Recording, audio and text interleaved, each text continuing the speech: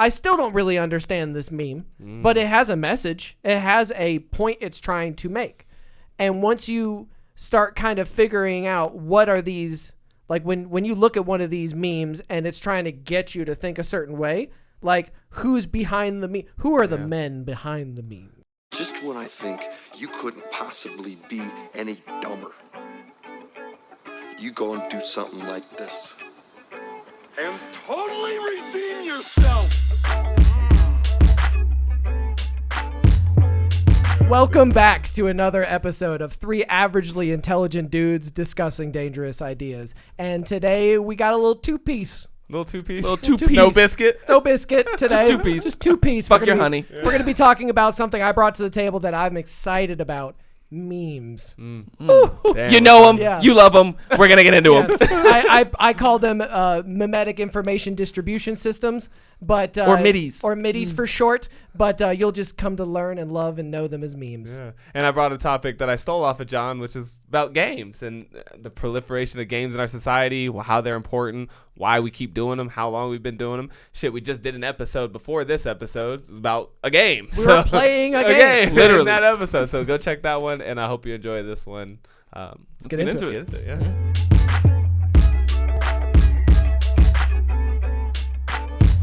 I'm not smart enough to understand this meme. So we want to talk about memes because of memes like this.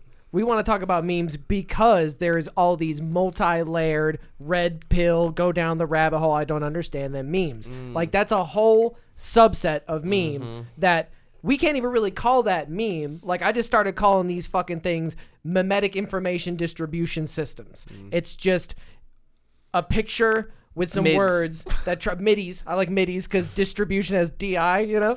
Okay. Anyways, these MIDIs. The thing that got me is because I started seeing memes and they would lead me down a trail to get me to a conclusion that they had kind of preordained. You know what I'm saying? They kind of like in the meme, it makes you think, oh, human-centered capitalism is a rebranding of communism and it's better. That's what this meme does. And I still don't really understand this meme, but it has a message. It has a point it's trying to make. And once you start kind of figuring out what are these, like when you look at one of these memes and it's trying to get you to think a certain way, like who's behind the meme? Who are the men behind the meme? Because, you know, this is a pro Andrew Yang meme that is essentially... Is it pro? Well, I would say it is because what it's trying to do is appeal to, this is all opinion based. I'm saying this is trying to appeal to boomers who are scared of communism and saying Andrew Yang's not a communist. He just wants human-centered capitalism. That's what I would say the target audience is. People scared of communism who you want voting for Andrew Yang. It's a pro Andrew Yang, anti-communist. I feel like it's an anti. I think it's an anti-capitalism meme.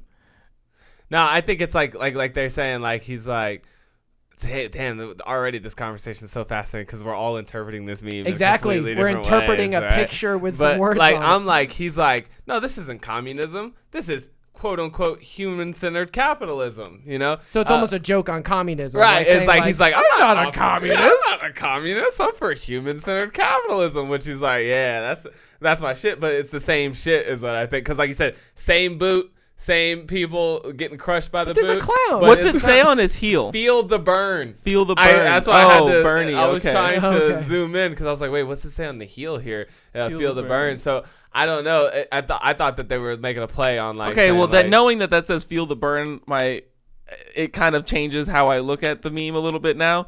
But yeah, like I don't think that it's because they didn't change. Like I think the whole point of the meme is that nothing in the actual photo has changed other than that it's colorful and it's got a clown and stuff, but it's still people under the boot of some larger thing. Yeah, and I think that that's the point that they're trying to make is like, that's why I thought at first it was like a anti-capitalism thing because it's like you think communism's like this, but this is what people is like think capitalism is like, but it's the exact same thing. I don't know, but it's hard to say because like you said, we're all interpreting it differently based on what we know about Andrew Yang and Bernie Sanders and what we think the definition of these words communism and capitalism means. So this is a great example of like it has a purpose. It's a preordained purpose to try to get you to one conclusion, but we don't have enough information. It's like art to figure it out. Yeah, it's like modern art or like abstract art. Like the artist has an idea in their heads and an intention when they make it, but then they don't like write it down at the bottom like this is supposed to make you think about this. Yeah. Like you just look at the art and you're like, damn, this makes me think about this completely other thing that like nobody ever thought of. And that's something I've been thinking about memes and this topic for a while, and I never once thought about interpretation of memes. Yeah. Because that is a whole there's literally a site called Know Your Meme. Really? And Know Your Meme. And it like teaches you what they're referencing in the memes? Yeah, and different phrasings and things like that. Like if you're confused about something, you can go to Know Your Meme and it'll tell you about Pepe. Like Pepe is a great example because Pepe is a meme and there's origins to Pepe. Pepe's come from across multiple crazy aspects of our culture just in the past like 4 years. Yeah. Like it has gone crazy. It's gone from it's alt-right. Oh, okay, this guy. It's pro-Trump. It's literally everything. This but is the when I see people like talking beta, like he's the beta guy meme. I would type in origin of Pepe meme because it started really fucked up. Yeah. It started Really? as they I feel took like that's like all memes. they took this Pepe meme and made it like, oh, like this is someone getting like it's You're like stealing images. he would be slaughtering stuff. You know what I mean? And it was like very, yeah. Origin says boys club. What does that mean? It's a politicized internet meme consisting of green anthropomorphic frog with a humanoid body. In 2005, called Boys Club. It became an internet meme when its popularity steadily grew across MySpace. Damn, really? Guy Online. And God damn, 4chan, I haven't really, seen that is 4chan. forever. Gaia isn't that like the spiritual? Okay, nope. That's Well, yeah, I mean, Gaia the word, yeah, but like it depends on what kind of Gaia Online. It's not spiritual. it was by 2015 one of the most popular used on 4chan and Tumblr. Different types of Pepe include sad frog, smug frog, angry Pepe, feels frog, and you will never frog. Since 2014, rare Pepes have been posted on the meme market as if they were what? Yes. Funny. Meme NFTs. Yes. Yeah. We gotta create meme NFTs. I think they're there's already a people thing. Yeah. deep in the There's already a thing. and what I'm speaking to is in the 2010s, they used this Pepe character to like it was in some way to like assault someone with like images, and the images were like Pepe's like murdering and beheading people, and I don't remember if it was like an anti-trans thing. It was something alt-right where they were attacking like a homosexual lady on Twitter or something like that. Yeah, here's appropriation by the alt-right during the 2016. Okay, so this is when they started connecting it to Trump campaigns and stuff. So that's not it, but but this like, is when it became mainstream alt-right. Like there's like internet alt-right and then there's like mainstream alt-right. And like internet alt-right is like you said, like cutting trans people's heads off and shit. And mainstream is like, we like these funny Pepe Trump memes. Yeah. It's like totally different. it's very interesting. And so, but the point I just wanted to make there was like the interpretation of the Pepe, because it's just a frog. Yeah. But now it's a racist symbol, or an Right. alt-right symbol. Right. Now it's on the Kekistan flag, which we will get to because we're Same we're thing talking with the about term memes. red pill. Like I was watching this interview with the guy who originally stole the term red pill from the Matrix, and he's like a super lefty liberal guy, and it's not about the right side of politics at all, or at least it wasn't at all. But that's how these things on the internet go, because it's a free and open thing that it just takes one group to attach to it, and then it becomes that group's thing instead of what you originally made it for. Yeah. And that the whole meme of Morpheus holding the pills was a meme format. Like we have formatting to memes, you know, like the clown makeup guy is my the favorite. format that you pitched to me. That Shit's so funny. There's so many of these. There's like Yeah. the brainy guy, and then the intellect of like the head exploding, and then he's like in the egg. Yeah, and it's like floating. Yeah, And it just keeps the big. We call it the big brain meme. Do you know where the word meme came from? Do y'all know the origin I of do why not know it's the called? origin I'm of the so word meme. outside of the realm of meme culture. Like I'm just you're now not. getting into meme culture and like looking at memes. Like before, like I even had like girls on like dating apps. They'd be like, "Send me your favorite memes," and I'm like, I don't have any. It's a Like I don't know rebranding of- anything about memes. It's just a rebranding of like political cartoons or The Far Side or That's what I was you saying. know Yeah. like Yeah, I mean, I understand Like, I like feel the, like the the New Yorker concept of was what the- memes are. It's a picture that conveys an idea.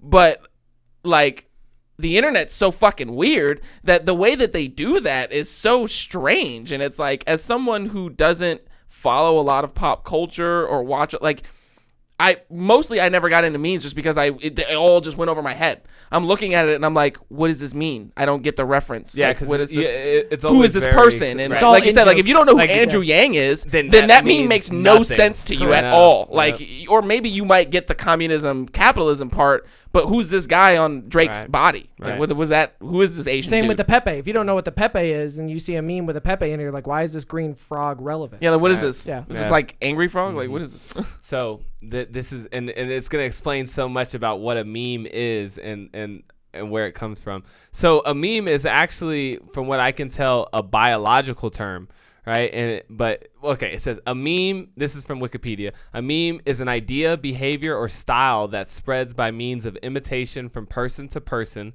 with a culture and often carries symbolic meaning representing a particular phenomenon or theme. A meme acts as a unit for carrying cultural ideas, symbols, or practices that can be transmitted from one mind to another through writing, speech, gestures, rituals, or other imitable phenomena with a mimicked theme. Supporters of the concept regard memes as cultural analogs to genes in that they self-replicate, mutate, and respond to selective pressures. Oh, my mind is fucking blown. Proponents theorize that memes are a viral phenomenon that may evolve by natural selection in a manner analogous to that of biological evolution. Memes do this through the process of variation, mutation, competition, and inheritance, each of which influences a meme's reproductive success. Memes spread through the behavior that they generate in their hosts. Memes that propagate less prolifically may become extinct, while others may survive, spread, and for better or worse, mutate. Memes that replicate most effectively enjoy more success, and some may replicate effectively even when they prove to be detrimental to the welfare of their hosts. I am blown away. Yeah. Especially when they said That's a big brain breakdown of what a meme is, because that's exactly what it's like. When they started making comparisons between how memes are propagated again across the internet and how genes are like, that's exactly the same of how it works. Like somebody, like we just talked about it with the Pepe thing being, taken by the alt-right, or the red pill thing now being like, oh, if you take the red pill, that means that you're discovering like right-wing ideas, and it's like, oh, now you're getting rid of the propaganda, and it's like, that's not at all what it started as, but that's how it evolved through the internet. Like, that's so funny. And how certain ones can propagate faster or stronger. Or, like you said, Pepe's 10 years old, 11-year-old meme that we're talking, or maybe it's like 7 years, but still, I mean, a year-old meme, where some memes might last like a month. Bro, when it said extinct, only makes it to 4chan, never gets out of 4chan. Yeah, I immediately thought of Scumbag Steve, which is the picture of the stone guy with the hat like this. Yeah, that guy died. Yeah, that guy went Scumbag extinct. Steve gone. No, it was big for a while. I remember that guy. Yeah. And now it's gone. What about the Philosophy Velociraptor or the Velociraptor? I never saw Remember that. that? It was like a Velociraptor Seen doing very the often. thinking man. I don't remember that. Yeah, that's another good one. I remember the super high guy. That one's like not a thing anymore. I think that's Scumbag Steve. Oh, really? Oh wait, no, See, I there's don't even two. know his name. There's Scumbag Steve busting in the door with the hat with the flat brim, and then there's really high. And then guy. there's the really high dude. It's like aliens. There's the one girl. You know what I'm talking about? The one fuck where girl. The fuck girl. Yeah, the fuck she's girl. Yeah. gone. So, but it's so fascinating because, like you said, a meme can take on a whole life of its own. You can create a meme, and it could just turn into a revolution. Like you said, turn into a fucking flag. And it's like, what the? So, I was just making a joke. Given the definition that we just read here from Wikipedia, I want to take this, like, when we look at, because I was asking you this question earlier, and I'm like, what exactly is a meme? Like, how do you know when you're looking at a meme? Right. Because I'm thinking, like, okay, I see lots of pictures on the internet that are Infographics together with text. Yeah. And it seems like a meme is like a picture with text, or sometimes no text, but I'm like, I don't understand what makes a meme, because, and the reason I brought this up is because that Drake meme is huge right now. Like, that's a big one from the Hotline Bling video where he's like, nah, not that. Yeah, that. And it's like, that's been adopted by so many different groups for so many different meanings and all this stuff. And it's like, was it a meme? Is it a meme when you take that and you add other things to it? Or was him doing that in the video the meme? Because they talk about how it can be gestures. Like, is the Donald Trump QOK white supremacist, is that a meme? Like, when he does this, is this a meme? Or is it only a meme if you make a picture of it? This is an argument that I also got into with my kid, right? Because she said something the other day, and I was like, yeah, that's a good meme. That's funny. She's like, it's not a meme. It's not funny. And I'm like, no, It's not a meme. Memes don't have to be funny. And she's like, yeah, they do. It's a joke. Like, and I was like, no. MLK on Fortnite is a meme. Right. Like, right. I would define that Right. as some clown, like any kind of clown worldery could be like I think considered it's a meme. defined by the virality, right? Is the spreading. Like you said, it could be a gesture. Like, this is a meme, right? Because now we all do it, and we all know what we're doing when we do it. Yeah, when somebody right? does this, you know what they're doing. saying, Like, Is this a meme? Is this a meme? I feel like this is a meme. Fuck you. It is. It can be. It can be. I think, like certain TikToks are memes, right? It can have no words, but just a video that we pass around and be like, yeah, that's that idea, right? I think it's really characterized by the virality of it, like whether or not it portrays and shares and, like they said, replicates and continuously.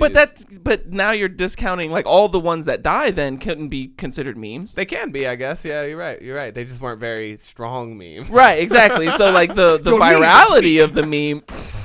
Meme game is very weak. The virality of the meme is just a subsection, but it is a meme. Like, even if it's low virality, it's still a meme. But I'm trying to decide, like, what I'm trying to discover is, when does something become a meme? Maybe it's this by means of imitation from person to person. That's exactly what I was going to hit on, because you were talking about Vine, like videos and Vines and TikToks, like, were those memes? And they can spark a meme. Like, I remember there was a guy that every time I'd be, hey, man, what's up? He'd be like, sada. And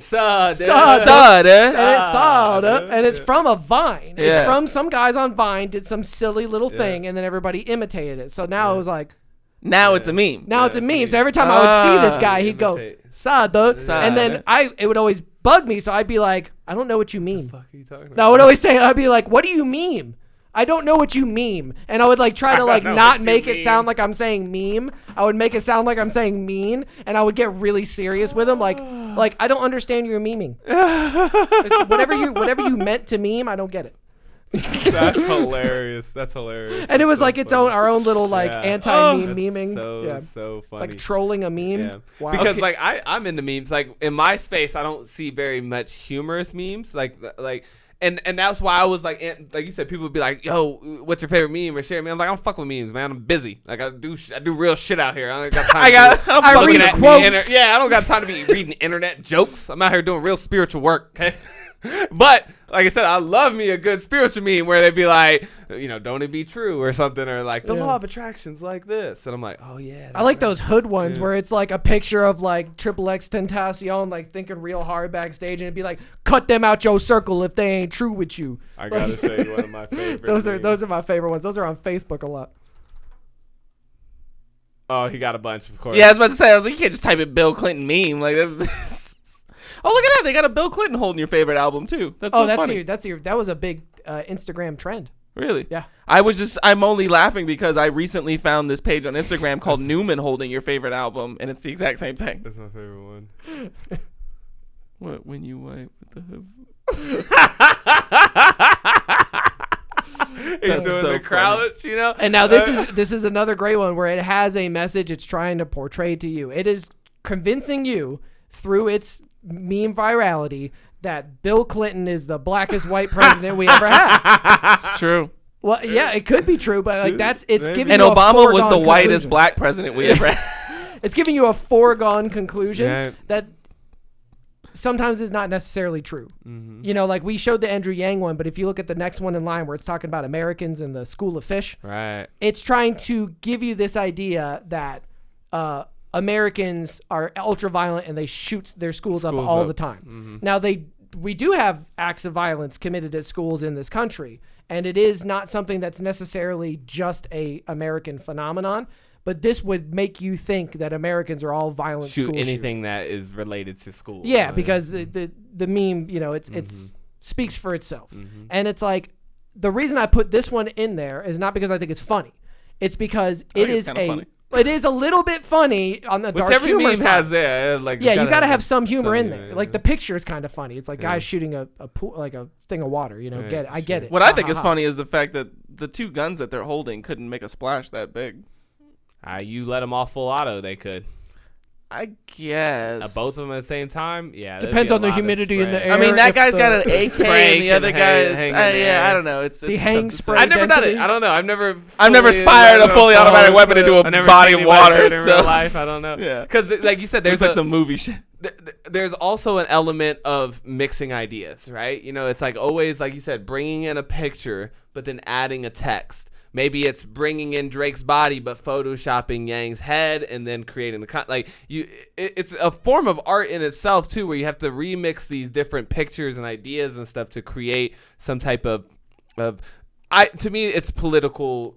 Like I said, the New Yorker is the first person to ever create a meme. Like every one of their like political cartoons and stuff, like a political cartoon is a meme. You know, Yeah. it's like a. It was predate the New Yorker by a lot, but Well, it's true. Well, we can but go I'm back just to saying. like Neolithic cave paintings. You know, like you can kind of point at all these different things throughout history as quote unquote a meme. Like one of the ones I like to point at is there was a Italian artist, I believe. I don't remember what he. I'd have to look him up. But this artist who got dementia locked himself in his home and painted in all the walls and all the rooms of his house. And these paintings are very famous because they were done by this like really. He was a professional painter for like the royal Spanish.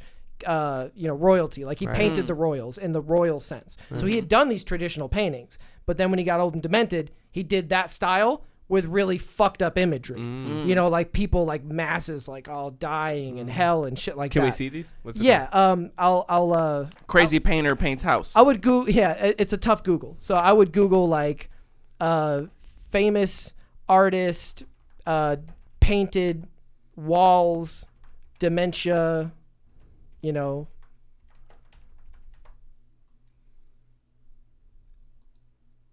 scroll down, because I'll know his name. It's keep going down. Dave Cooney? No, it's not those guys. Because this is all gonna just like kind of be on like the Maybe dimension it's stuff. I know one of the famous paintings he did. Saturn being devoured, like the I love that painting. yeah, that's the guy. Oh my god. That's the same guy. Saturn devouring his son. Yeah. Artist. Yeah, that's gonna be the guy. Yeah, this is such an amazing painting. Francisco Goya. So now let's go Francisco Goya, painting on walls.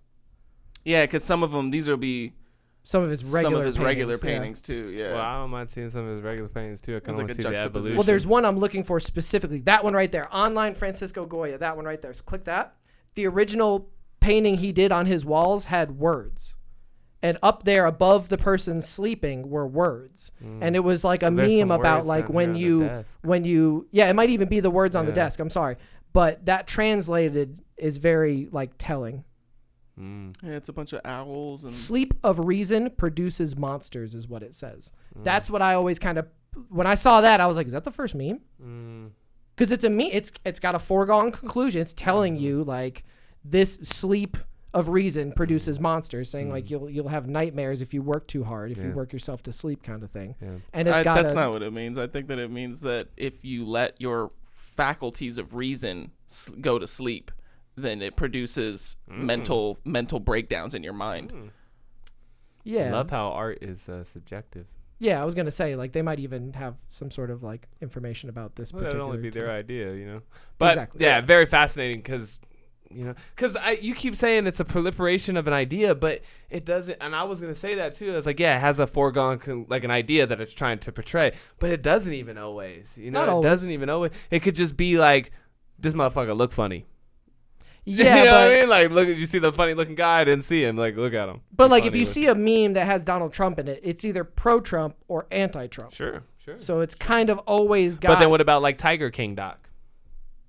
Because Tiger King definitely became a meme. 100 memes. Yeah. Carol Baskin became memes. And it's Yeah, like, you songs know. and- The Yeah, only meme that you songs, could find with dances. Carol Baskin was that nobody fucks with that bitch. Yeah. That one was like, that one definitely Carol had a pre-gone conclusion. Well, they have really good memes now with him where it's the quote of him saying, "I'm never going to financially recover from this." And it's like, It's like I do like that one. Like yeah. me when I go into Whole Foods and like, yeah. like those kind of. I saw memes. one that was really funny about Erewhon, and I like really connected because Erewhon is like the most expensive grocery store I've ever stepped foot in. Yeah, it's like $15 for like a tiny little thing of lotion. Because it's like all special shit or whatever. But it's all like it had like Erewhon, just this outdoor sign of it, and it was like I'll never financially recover from this.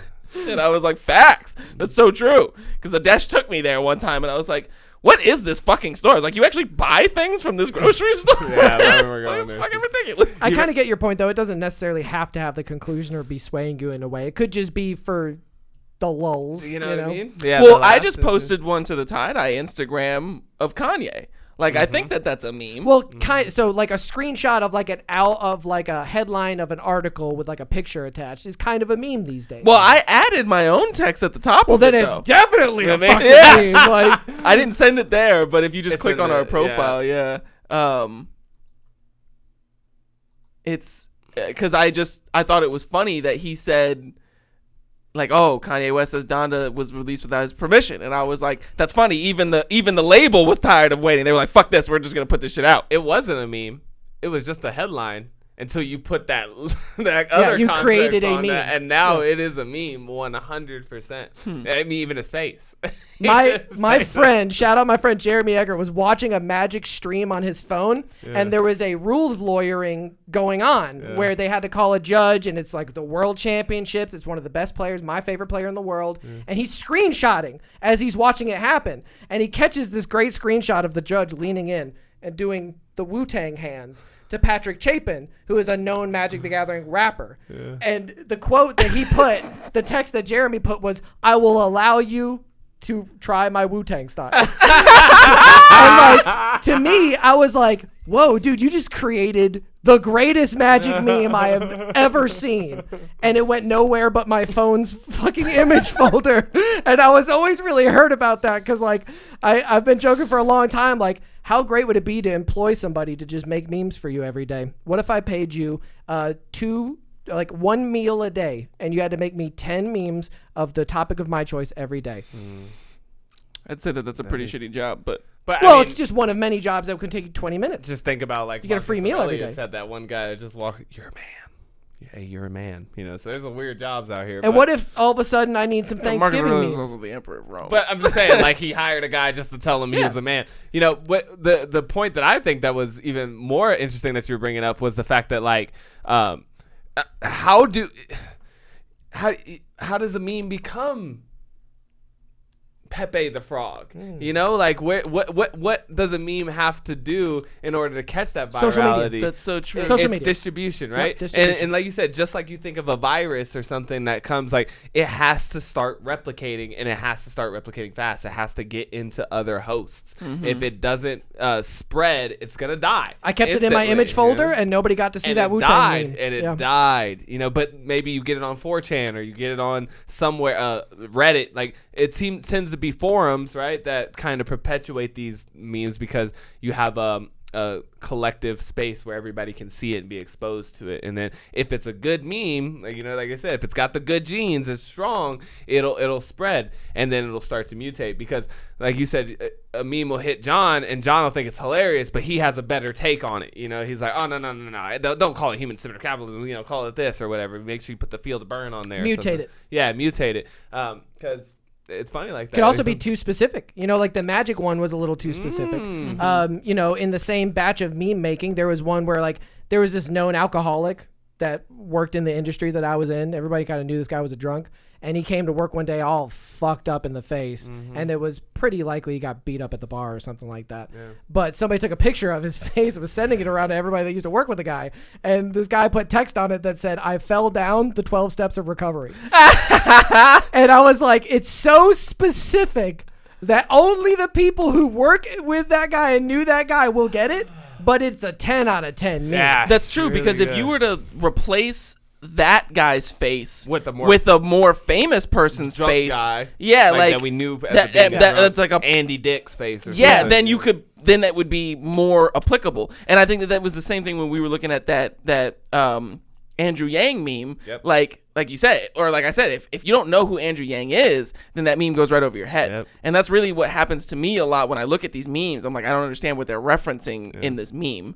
I think I showed you one. It's not in the chat, but I showed you that one where it was just a picture of like a cabin or something. Like, I couldn't even tell what it was. And then if you go to fake Jerry Seinfeld on Instagram, that's the page that it was on. And it didn't even have any words. Like, it was just like yeah, there it is, that top one. And then it's this second photo.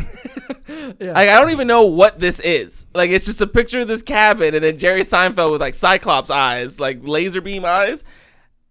And it says nice place. Like, what is that? Is that a meme? This is so confusing, but it's like because it's so specific to the Seinfeld community. Yeah. You know what I'm No, saying? but I know I don't even everything know. about Seinfeld. I've watched that Yeah. show so many times. Someone in those comments gets this. Somebody gets it. Tons of people get this, Yeah. but that's why it's He weird said, to me "What's the because rent?" I don't understand what it's talking about at all. Like, this dude's What's like, the deal with industrial society? Like, see, like, Oh, that might be the fucking Unabombers. see, I don't know. Shed? That would make Yeah. look up Unabomber shed. We have to find out if that's the thing. I'm 'cause pretty I sure swear that's to the God. Unabomber. Because if that's the Unabomber shed, then that's a funny ass fucking meme. How did I get it? Well, you 'Cause know you're a lot a about meme lord. Yeah, you're into the Unabomber though. I mean, yeah, I guess I am. I watched like the whole Manhunt. nobody's episodes into of- the yeah. universe. Look, there it is right there. The bottom left. Look at this. It's him standing next to it, and they just replaced it with Jerry Seinfeld laser eyes. But what's the efficacy or what's the point of the laser eyes on? I don't know. on- He's got that in all of his stuff. It's called Bizarro Jerry, like fake Jerry Seinfeld, and like there's this whole episode where Jerry's life is like in disarray or whatever. But he posts all these like Seinfeld memes, and this is how I've gotten into memes is like through this channel who I found through the editor of Reason Mag. I don't know if he's still the editor, but Nick Gillespie, who is like a really big libertarian guy, and so he's a fan of this thing, and I love Seinfeld.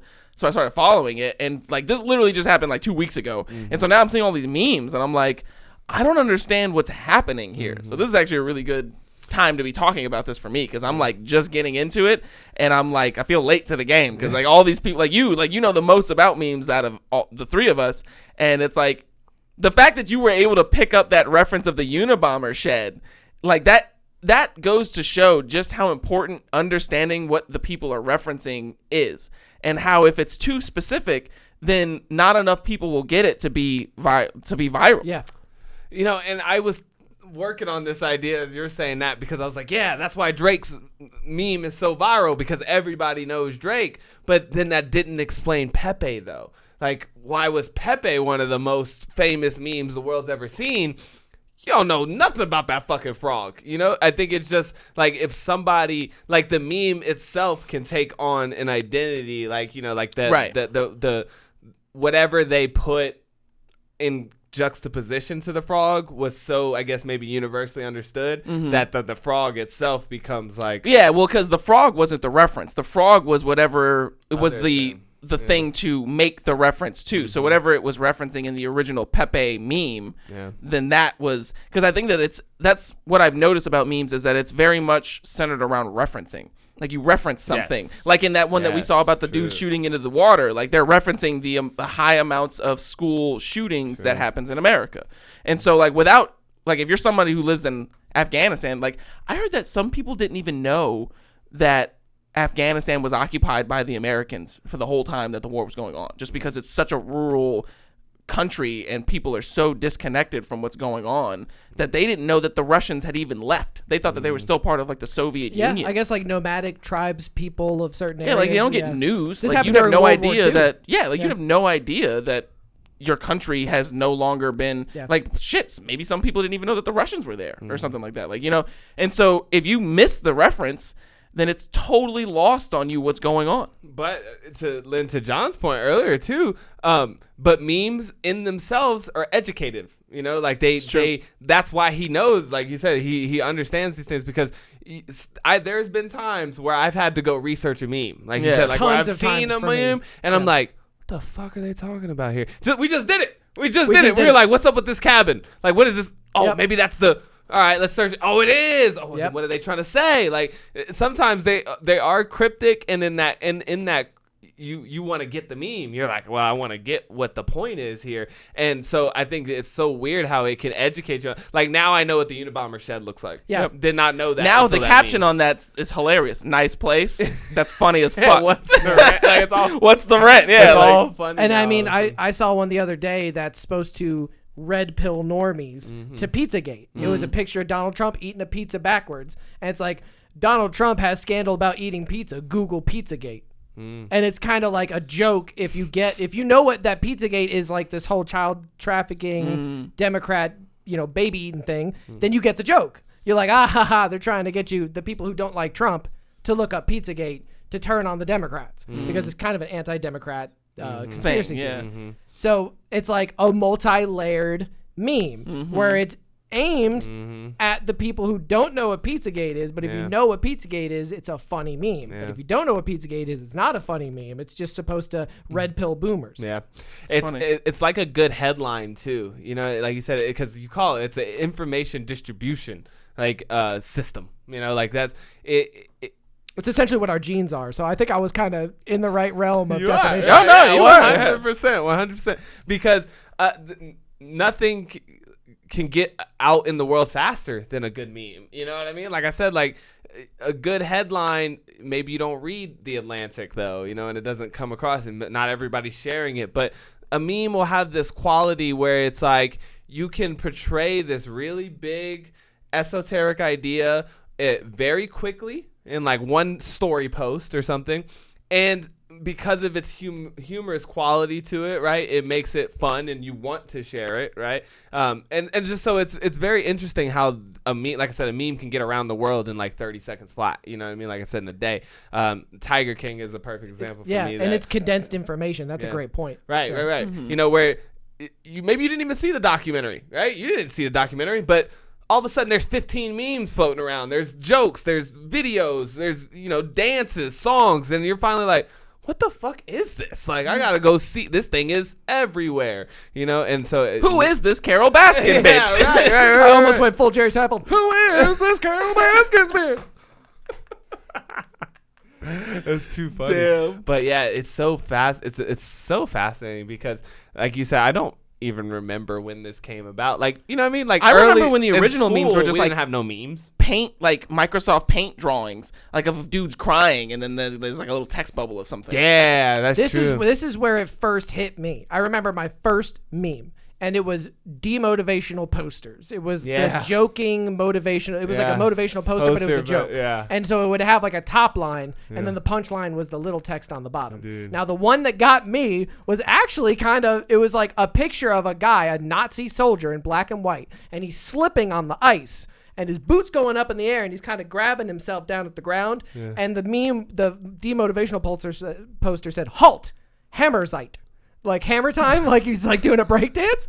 And like I remember laughing at that and being like, "This is really funny." And to speak to how memes can kind of influence you to be more alt-right or can red pill you, I had not even a thought in my head that the fact that this was a Nazi soldier slipping on the ice, speaking in German, like it didn't even register me that could be like problematic in any way, or that imagery could offend someone or be anti-Semitic. I was just like, haha, funny joke. Yeah.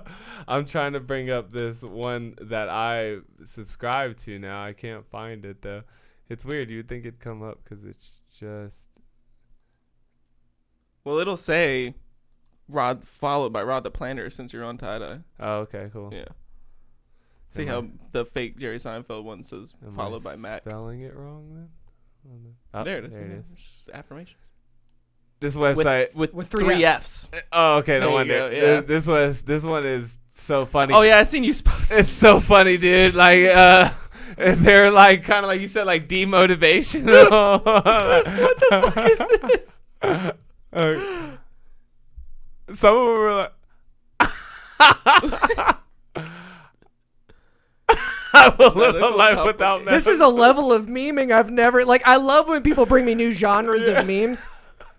I'll make it past my episode. Wow, these are fucking hilarious.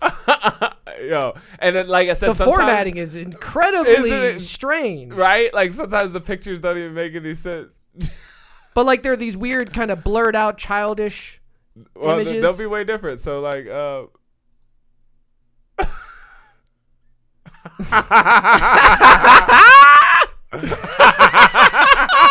What the fuck is this?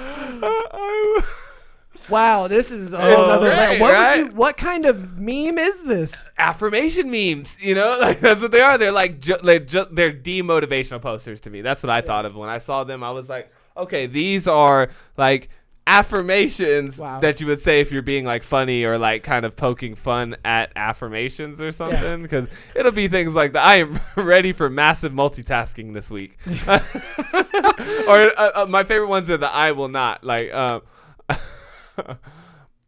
I am I think so there's big. one. I Right am there. not panic attack. Yeah, exactly. I did not just spend the entire summer in bed. Swollen lymph node is not cancer.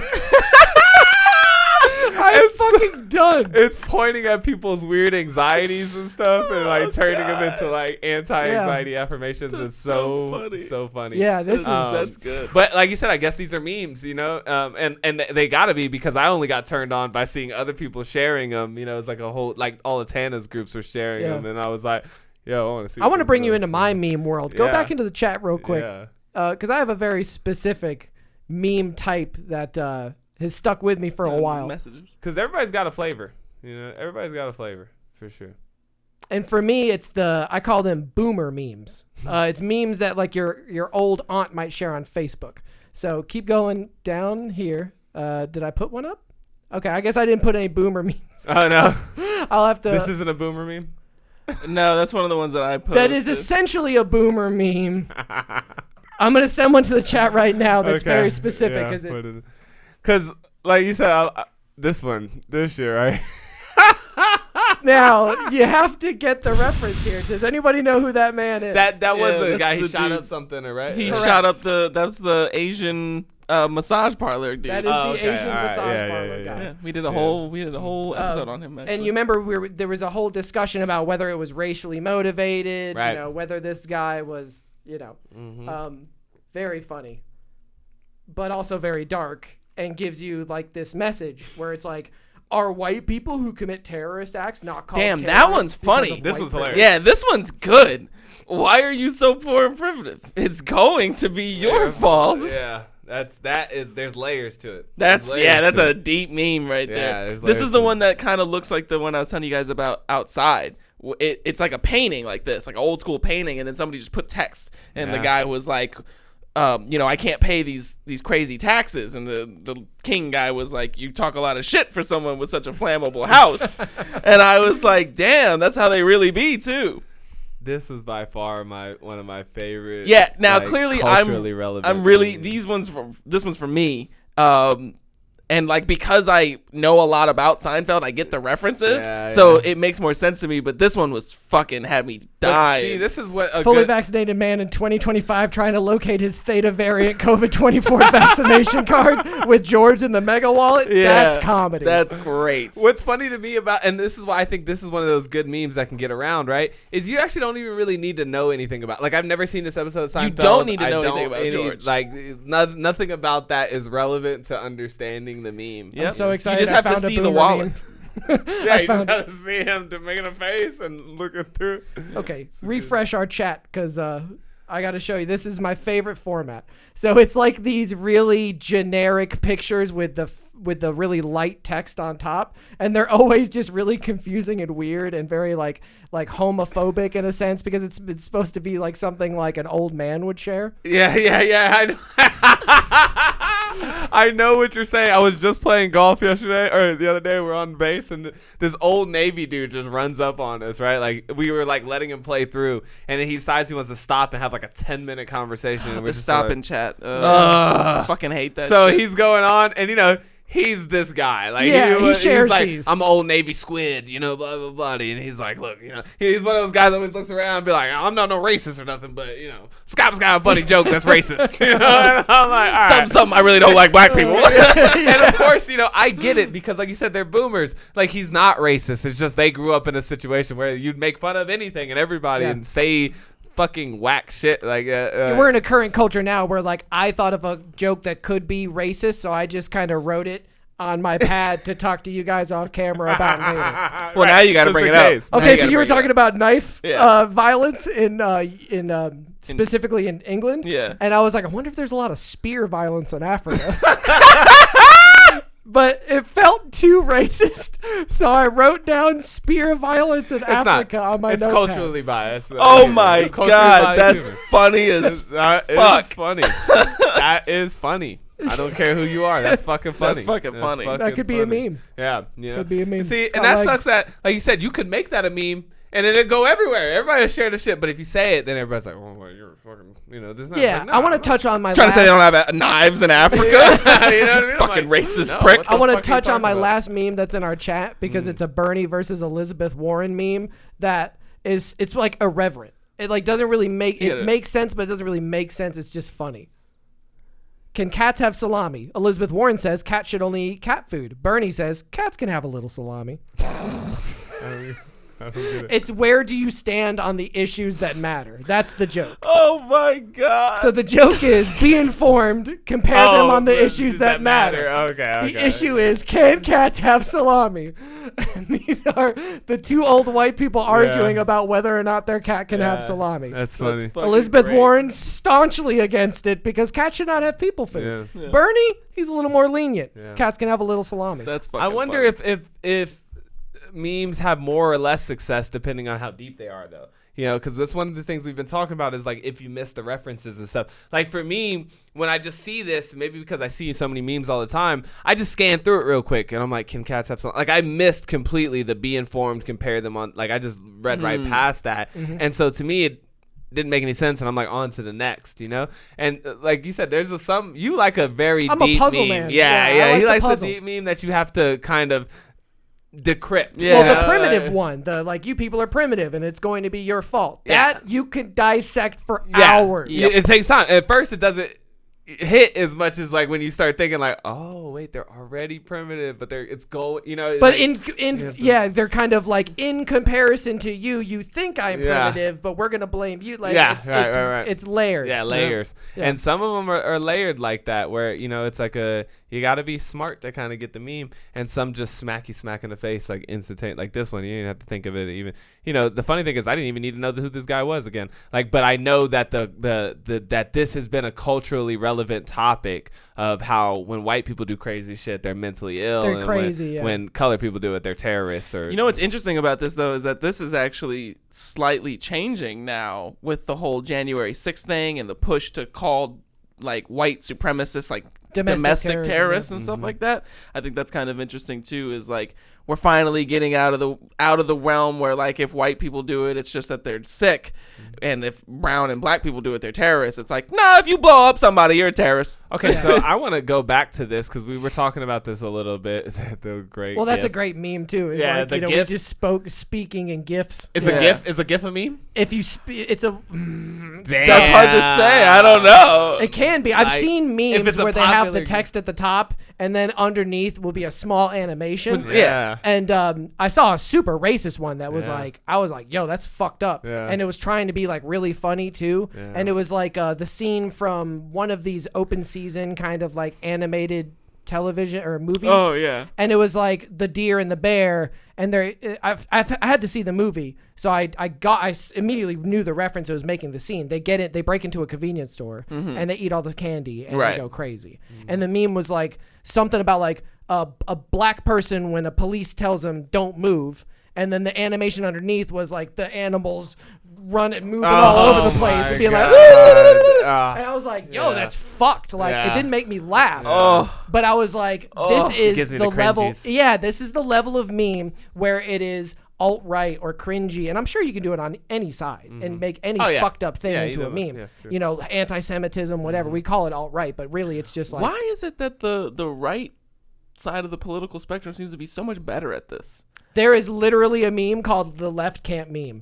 I'm not joking. If you type in the left can't meme, it is a whole genre of memery. It is a very known phrase. You know why? Because, all right, well, I hate to be this guy, but they don't think anything's funny. Yeah, it's always exactly. like They have no everything's a sense of fucking, humor. Yeah, You don't have a good sense everything's of like humor. a crisis or like this huge Problem. fucking You're not thing. listening to the learned I can't believe you laugh at experiences. this shit. Yeah. It's like, bitch, if you laughed a little more, maybe a lot of us would care about your issues. The because learned it was experience of the unhoused Yeah. trans woman. Yeah, right. It's like the left can't meme. That's Yeah, funny. if you just type in the left, it's going to say the left can't meme. The left can't meme. Oh. That one's funny though. The right can't fight. Oh my god, that's funny.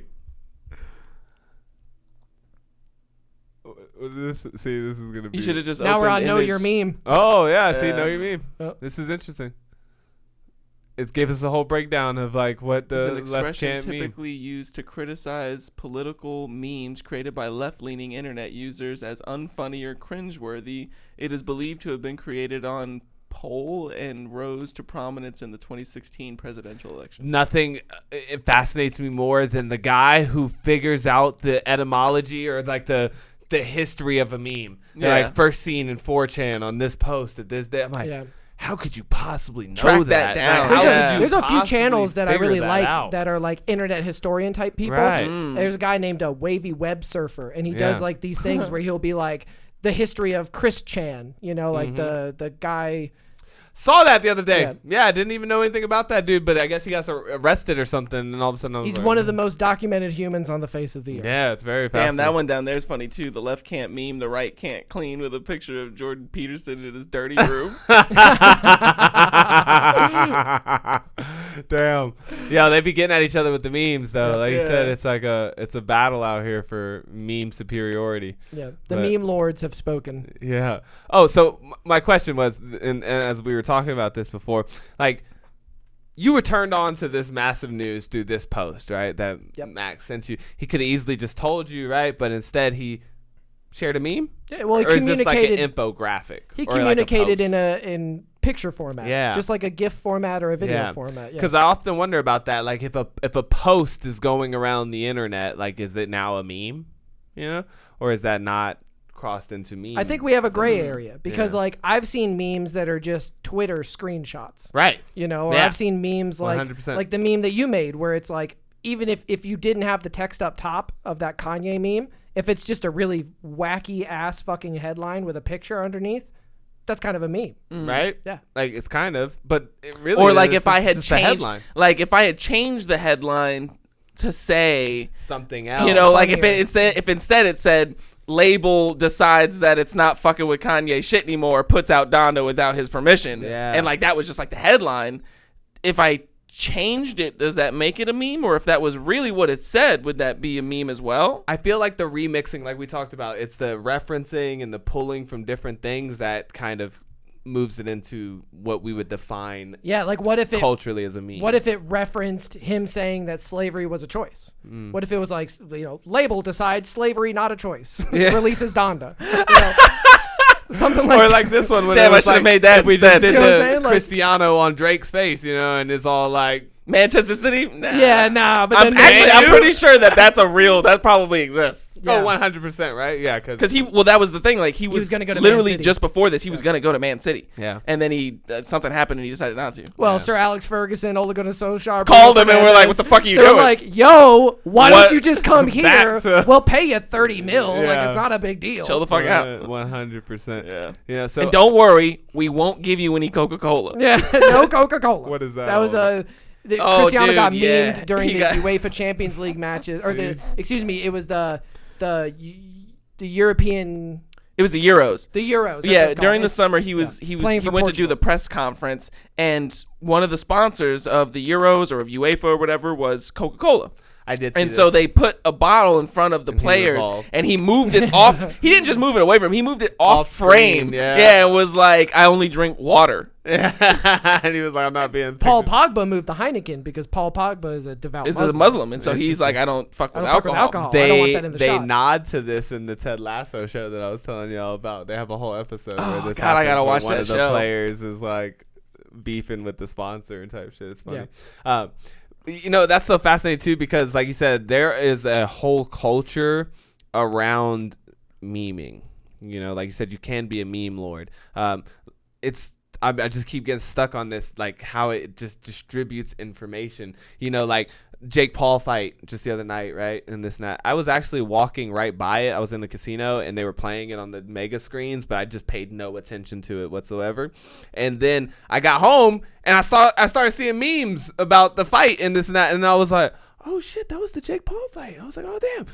Google now, and I'm like getting into the results of the fight. I'm like, what did happen with that fight? Would have never known had it not been for this. Like, but my thing was how quick it was. Like, I was watching a fight there, or I wasn't watching it. It was on while I was at the casino. I literally got home, saw a meme, and then I was like, oh shit, that, you know, it's like by the time it was over, it didn't even have to be over. It could be something that happens in the middle of a match, and by People the are time the end quick of the with match, this shit. quick with this shit. And I'm Quick like, with it. do y'all just have like a database somewhere of like different images that I've been paying a guy one meal a day for the last 6 months to make me those memes. I got him on deck. Like, what if we find out that there is some super famous, like this man's like, I've created 50 viral memes, you know? Like, I've sure created there are more people like viral that. memes than any other person. Yeah. And it just, they always seem to be, like you said, so specific of like some random picture of Bill Clinton from like 1996. Yeah, staying at some small town railroad station. Like, what was it? Was it Bernstein Bears? It wasn't Bernstein Bears. It was Berenstein. Yeah. Oh,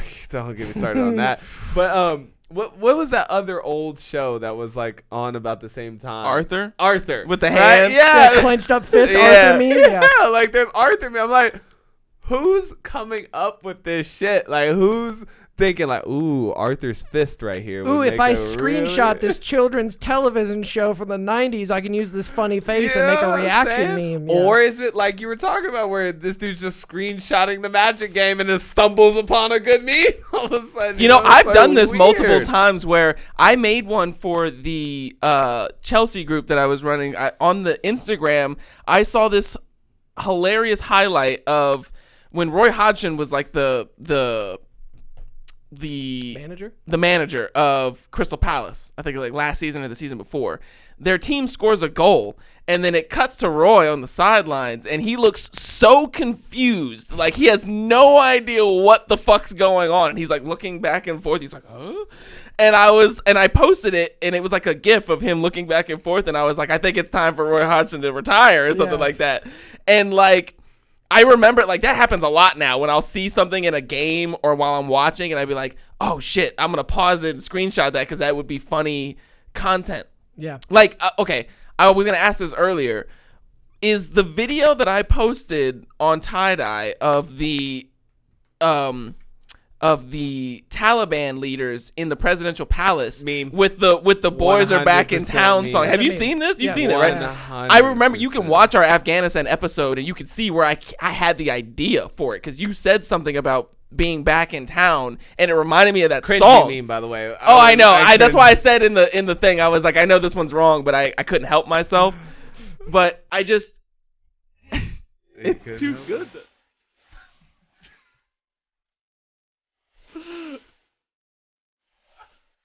that's funny. Oh man, it's one of those. It's multi-layered too because it's the boys are back in town and they're going to oppress women. Women, yeah. Dude, and I thought about which part of the song I should use because the very first verse of the song is like, guess who just got back today? Them boys who've been wilding out and been away. They've been asking where you could be found and all this stuff. And I was like, damn, this shit hits too. Because like, but that would have been a much more deeper meme than the one. But that really is a B-side, meme. Like, really even though there's B-side no cut. Yeah. But okay, so now with the invention of TikTok and things like that, and my question being like this type of stuff, right? That goes around and it's like, that's a meme, right? Yeah, I mean, That sting. That's definitely got to be a meme. Yeah, this is all. So we're like I said, this gray area is starting to kind of like define itself. That like memes can be videos, memes can be gifs, Anything. Could memes be a can be hand gesture. They could be misinformation. That's one I wanted to bring up because like one of the memes, like I've been set off. You ever been set off by a meme, by someone sharing a meme? Shit, we were just talking about that cringeworthy ass one earlier about the. Yeah, that one set me I'm off. just like- I remember during the 2016 presidential election, someone in my family who's older was dating this guy who's like a boomer, and this boomer posts this meme, and I see it on Facebook, and it's a picture of Hillary Clinton getting up onto the plane when she was Secretary of State, maybe, and they photoshopped in a poopy spot on her butt. And they were like, "Oh, Hillary Clinton pooped her pants. Yeah. Hillary Clinton, look, she's incompetent. She can't Right. be president. She pooped her pants." Right. But it's photoshopped. Right. But my beef, and I stand by this beef, is like, what if someone sees that, believes it's real, and thinks to themselves, I can't vote for somebody who can't not shit their pants. Their pants, right? Maybe she really is unhealthy like they say. You're not just spreading different, you're affecting change in the real world with your bullshit misinformation meme. Well, I mean, how much different is that than any other things that people do to get someone elected? Whether it be truthful or I mean, like, because, an actual campaign manager will put some shit together that's not true and send it out there. Or they'll wrap it. Like, I know that a lot of people were really upset about the election between Nina Turner and that other chick for that Congress spot. And Nina Turner lost, even though she was polling ahead of the other woman by a lot the whole time. But then, and it's two Democrats. It's two Democrats going for this spot. But Nina Turner would be like a new member of the squad. And the other one is more like a centrist, Democrat, like a blue dog Democrat. And at the very end of the race, like a month or a few weeks before the race ends, all these Republican PACs and people who support Republicans come in and they start donating massive amounts of money into the other chick's, the centrist woman's campaign. And they come up with these ads that make it seem like Nina Turner's not for progressive policies, even though she is, but because they just take things that she said out of context and then they put them on like a little poster thing and they send it out there. And it's like, they're making it seem like Nina Turner is like against Medicare for all, even though she's a huge proponent for Medicare for all. But she said this one thing this one time, and now she's trying to, or the one that really got people, or that people think really turned the tide, was that she made this comment about how getting Joe Biden was like eating a smaller bowl of shit than getting Donald Trump. But they made it seem like she was saying that Joe Biden is a bowl of shit, which she was kind of, but now they're like, oh, well, now all the Joe Biden supporters are going to like not fuck with her. So this is playing within the rules of the game, but being dirty and cheating. Well, right? Immediately when you asked that question, this line popped into my head again. And some may replicate effectively even when they prove to be detrimental to the welfare of their hosts. And I think that is a quality of memes, is that a meme could still end up very viral and it could have very serious implications. We can continuously share it, over and over, even though it's spreading misinformation or proliferating a dangerous idea type thing or something, Well, I mean, in the case of the Hillary Clinton poopy pants meme, it's like that. The fact that it's misinformation is almost what makes it funny. Because if you're someone who sees that and you think it's real, then it's not really a meme. Like, it is a meme, but to you, it's just information. But for everybody that knows that she didn't poop her pants and that you can tell that it is photoshopped, then it's a meme, and that's what makes it funny to you, and so that's what makes you share it. I guess if people found out that Hillary Clinton pooped her pants in real life, they would share that too. But that would be more like, I don't know, like, if she really pooped her pants, is it a meme? Mm-hmm. No, it's just a picture of Hillary Clinton pooping her pants. Then it's just like oh shit. But article. I guarantee you it becomes a meme though, right? Because it could start as a picture and then mutate itself into like that meme world. That. Yeah, I mean, we meme everything from Biden slipping on the stairs going up to Air Force One. We even memed Zinedine Zidane headbutting that guy in the World Cup. Yeah. Like these real life events where we put in a whoopsie noise. Yeah. You memed me in the foot golf episode with the whoopsie noise. Like, Yeah, that's totally so just it's meming you. real life. Because I love that, right? Like you were talking about memeing, like it's as an active, verb, like thing that you can be doing. Because it's just evolved so much. Like you said, I know it definitely started as a picture with some type of text or some type of juxtaposition pictures. But just like I was talking to my kid out there, I was like, a meme now it could be any of that stuff. It could be a picture. It could be a certain voice tone. Yep, a certain hand tonality. gesture. It's true. Yeah. I think about that one. I see him on some of the Instagram reels that'll come up on my Instagram, and it's like the one where that chick is singing like low, even if the sun does shine. Right. Yeah. And I'm like, I don't even know what song they're singing, but that's like a funny, like they'll just put that over any video, and now it's like a big thing. And I'm like, why does this have 10 million likes? I don't understand. TikTok trends, you know what I mean? Like I said, Yeah. that's all gotta be just like memes. Like essentially, it has to Video, be audio by memes. definition. Like when they were doing the Adult Swim. Did y'all see any of the Adult Swim ones? Like I immediately thought of the SpongeBob music. Hold on. Yeah, I don't know. Like I know that like Adult Swim bumps are like a thing, but I haven't seen any of these memes.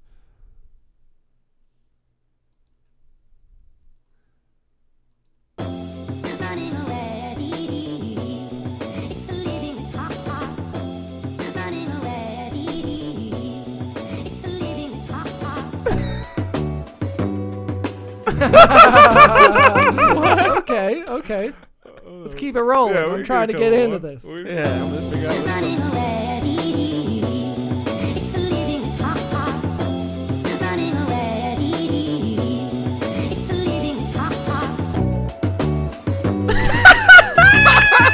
It's so fire, bro, because they were doing funny. all kinds of crazy ones that were like, Imitation, mimicry. right? Me mixing it up.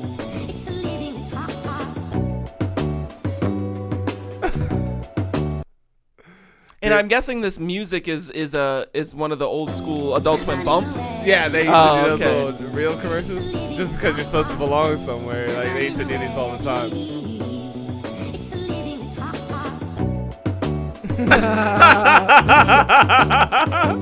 Bro, and so that's definitely the punchline, right? Is you always have some very and like I said, this Variation is of the Adult Swim logo. right? And this is classic. This is actually what Adult Swim did. They had those little bump reels where they would just come in all of a sudden and do like a little like and then it would be some like elaborate display of their logo. And so people started doing them, man. I saw one dude who was like, it's a time lapse of him like painting all over his walls and stuff, and it's like one of those sliding time lapses. And when it gets to the perfect angle, then you see the like logo all over his room and like in different like spatial. So anyways, The lengths we'll go to make a meme. right, you know what I mean? That's what It's gets like, me it's sometimes is like when I incredible. see some of these ones, I'm like, whoa, like you got a lot of free time, or like Just to bank on this meme being, it's got to slap now. I And- spent 25 hours on it. And it literally, this is what I was talking about before about like, even if you're the meme god, we'll never know. You don't get no recognition, no money, no fame. But I'm like, how many hours are you spending on these memes to come up with? Like, is it something that just shits out of you and it's like fine and it goes viral and who cares? Who's drawing all Or- these Pepes? Yeah, or like, is there somebody out there? that's a You're good right, you point gotta get because Pepe in all these the different Pepe was originally one thing, and Feels now good. people got started high eyes redrawing and it. he's And super Yeah. muscular and he's like. Type Yeah. in Kekistan. I want to show you the meme flag that's been shown in all. It was like at Charlottesville, Kekistan. just like that, and then and then Stan. The Kekistani flag. This might be a good one to go to. So you see here, it's modeled after the old Nazi flag. It's got those four little hearts are from the website 4chan. And then the kek, you see the kek, it's like an internet term that means like joking or laughing or something like that. So they essentially, they essentially took, and like some of these have Pepe on them. This is kind of like Boogaloo Boys. It's something that's like originated on this alt-right board and then moved into the real world where you actually have Boogaloo Boy attacks. You actually have Kekistani flags at rallies. I thought Kekistan was like a real place, and then you were saying like somebody made a meme of their flag. Nope. But the meme is the flag, and it's not a real place. Explaining the alt-right deity Their meme magic. behind their meme magic. A satirical religion with a frog-headed god has become a favorite new way for white nationalists to troll liberals while spreading their meme-driven strategy. And there's a nice little rare Trump Pepe. Yeah. Huh. Interesting. Gonna definitely have to go down this rabbit hole to figure out what a kek is. Kek is the Hypothesis. alternative reality of the alt-right, at once absurdly juvenile, transgressive, and racist, as well as reflecting a deeper pseudo-intellectual purpose that lends it an appeal to young ideologues who fancy themselves deep thinkers. Interesting. Huh. I guarantee you this person does not like kek. The Southern Poverty Law Center? No, they don't like Keck. And what they're referring to is like Keck was originally like just like internet slang for like humor or joke, or it's Yeah. like a way to say Like like, he said, LOL. Yeah.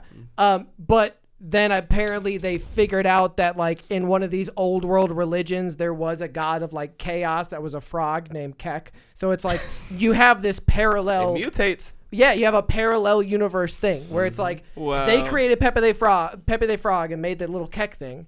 But also in the past there was a chaos. It's just like the Trump book. You remember the book, the Adventures of Little Baron Trump, written by Ingersoll remember Lockwood. that, yeah. Yeah, this woman named, or it might have been a man named Ingersoll Lockwood, wrote these books about Little Baron Trump and how he became the president. And he had a fucking building on Fifth Avenue, and it was written in like the 1700s. Wow. That's Yeah, really it's fucking creepy. weird. Weird It's like the parallel Simpsons shit, thing. but on like 1,000. Berenstein Bear. It's Yes, it's some weird alternate reality like, type of wacky yeah. shit. And by the way, I read those books by Ingersoll Lockwood because the last name Lockwood is my mother's, it's like her maternal name. So I was like, holy shit. Heck, am Am I related This is to my- Ingersoll yeah. Lockwood? So I read the first, I'd say half of the first book. I mean, yeah, there's weird similarities, but they're nothing crazy. Yeah, Like it's a Little stretch. Baron Trump's mentor is a guy named Don Fume. So Donald. They go into these underground caverns where there's this whole world of different people who are very light-skinned and like ghosty, and they're the goggles, like Google. It's like there's all these like weird, symbolic almost kind of Yeah. similarities. Like, Like, if you you could- could read into it real heavy and yeah. be like, this is a prophetic. Like people which forget. is the Keck thing. That's the, you could read into it and make that connection, but there's no real connection there. The frog god Keck from this old fucking religion did not create Pepe and Kekistan. This is what we talk about. Like people forget that the human brain it is a pattern creating machine. Like Yeah. it looks for patterns constantly and everything. But this shit is very fascinating though, in a sense of like the mutation ability of a meme. You think that they're just on the internet and like the memes live on, but they don't. It can become a whole real thing in real life. Subscribe to Become PewDiePie was a nation. meme. Right. It was a thing that everybody said as a meme, Right. just like a Yeah. little joke. And And that guy it said it turned- right before he shot up right. those Right. mosques. Yeah, and then here you got like a whole movement with a flag, and Yeah, pictures of the what if Kekistani one flag of the in days Charlottesville. we're gonna hear of like somebody trying to establish Kekistan within some rural part of our country. the or joke something. about the upcoming Civil War being Civil War II Electric Boogaloo, which launched the Boogaloo Boys and the Right. Hawaiian shirt white Right. supremacy Right. movement. I'm not a boogaloo boy. Yeah. I just like wearing Hawaiian shirts. Yeah, you're taking it back. It's like what's that joke about I don't want to say the term pea monkey, and it was like one of these, was it Always Sunny in Philadelphia? He's like, I'm gonna get that. No, it was Mallrats or something like that. One of those Kevin Smith movies. Yeah. He's like, I'm bringing back pea monkey. It's like a derogatory term for black people, and this guy's like, I'm gonna bring it back. Try and Yeah, I'm gonna make it not repurpose, racist. right, He's like yeah. repurposing this racist Yeah. thing. Yeah, that's Can't do it. Now, from one of see, the Kevin Smith you're movies. making a fatal miscalculation when you're talking about that in reference to the Hawaiian shirts, though, in the sense that it's the alt-right dudes who are taking the Hawaiian shirts and repurposing them. Yeah. The Hawaiian shirts have We're always been just dudes who like being comfortable in floral shirts. Dad dudes. Yeah. And So now it's like if you're wearing a floral pattern shirt at a rally and you have a bulletproof vest over top, that you're a Boogaloo boy. Yeah. And so it's so weird too, because I watched this Jimmy Dore interview where he interviewed this guy who said he was in the Boogaloo Boys, and it's like these internet things are so loose that because he was saying like he was the guy that gave the speech at the riot on Capitol Hill. The Michigan one? Or yeah, the Michigan speech. Yeah, where he was like in the, he's wearing the bulletproof vest and everything, and he's talking about how, our real enemies are like the the overlord dudes, and it's not us against each other or whatever. Like, it's really the lower class against the upper class and all this stuff. He's like, it's not a race thing. And so, like, in his interview with Jimmy Dore, he's talking about how, like, the dude, at least the people in his Boogaloo group, like, they're not racists, they're not homophobes, like, they're not any of these things that when you say Boogaloo Boys or like Proud Boys or whatever, like, it's like different than that. To trying him. to reappropriate They got the memed. term. Yeah. Yeah. It's because they got memed. Because Yeah, like it- now Boogaloo Boys is like a meme of like, you oh, go. you're white nationalist groups or whatever. Yeah, and you're and like if- weird internet trolls. Exactly. And if you look up, like, not just the origin of Boogaloo Boys, but where it's gone, the people that have committed crimes wearing the Boogaloo Boys patches, like Yeah. those guys that rolled up on the security guard in a van and slid open the door and used a 3D printed fully automatic gun to kill a security officer, Wow. they were Boogaloo Boys. When they got busted and they ended up dying, I think, when they were being taken Didn't into one of them custody. write Boogaloo Boys or whatever in Yes. blood on one of the fucking, like, some straight up Yeah, in the van. saw shit? Yeah, it's like they took it to the level of what it was kind of originally intended to be, which was a group of people ready to instigate the next civil war. Yeah. It was the the kind of the McVeighs of the world. It's weird, yeah.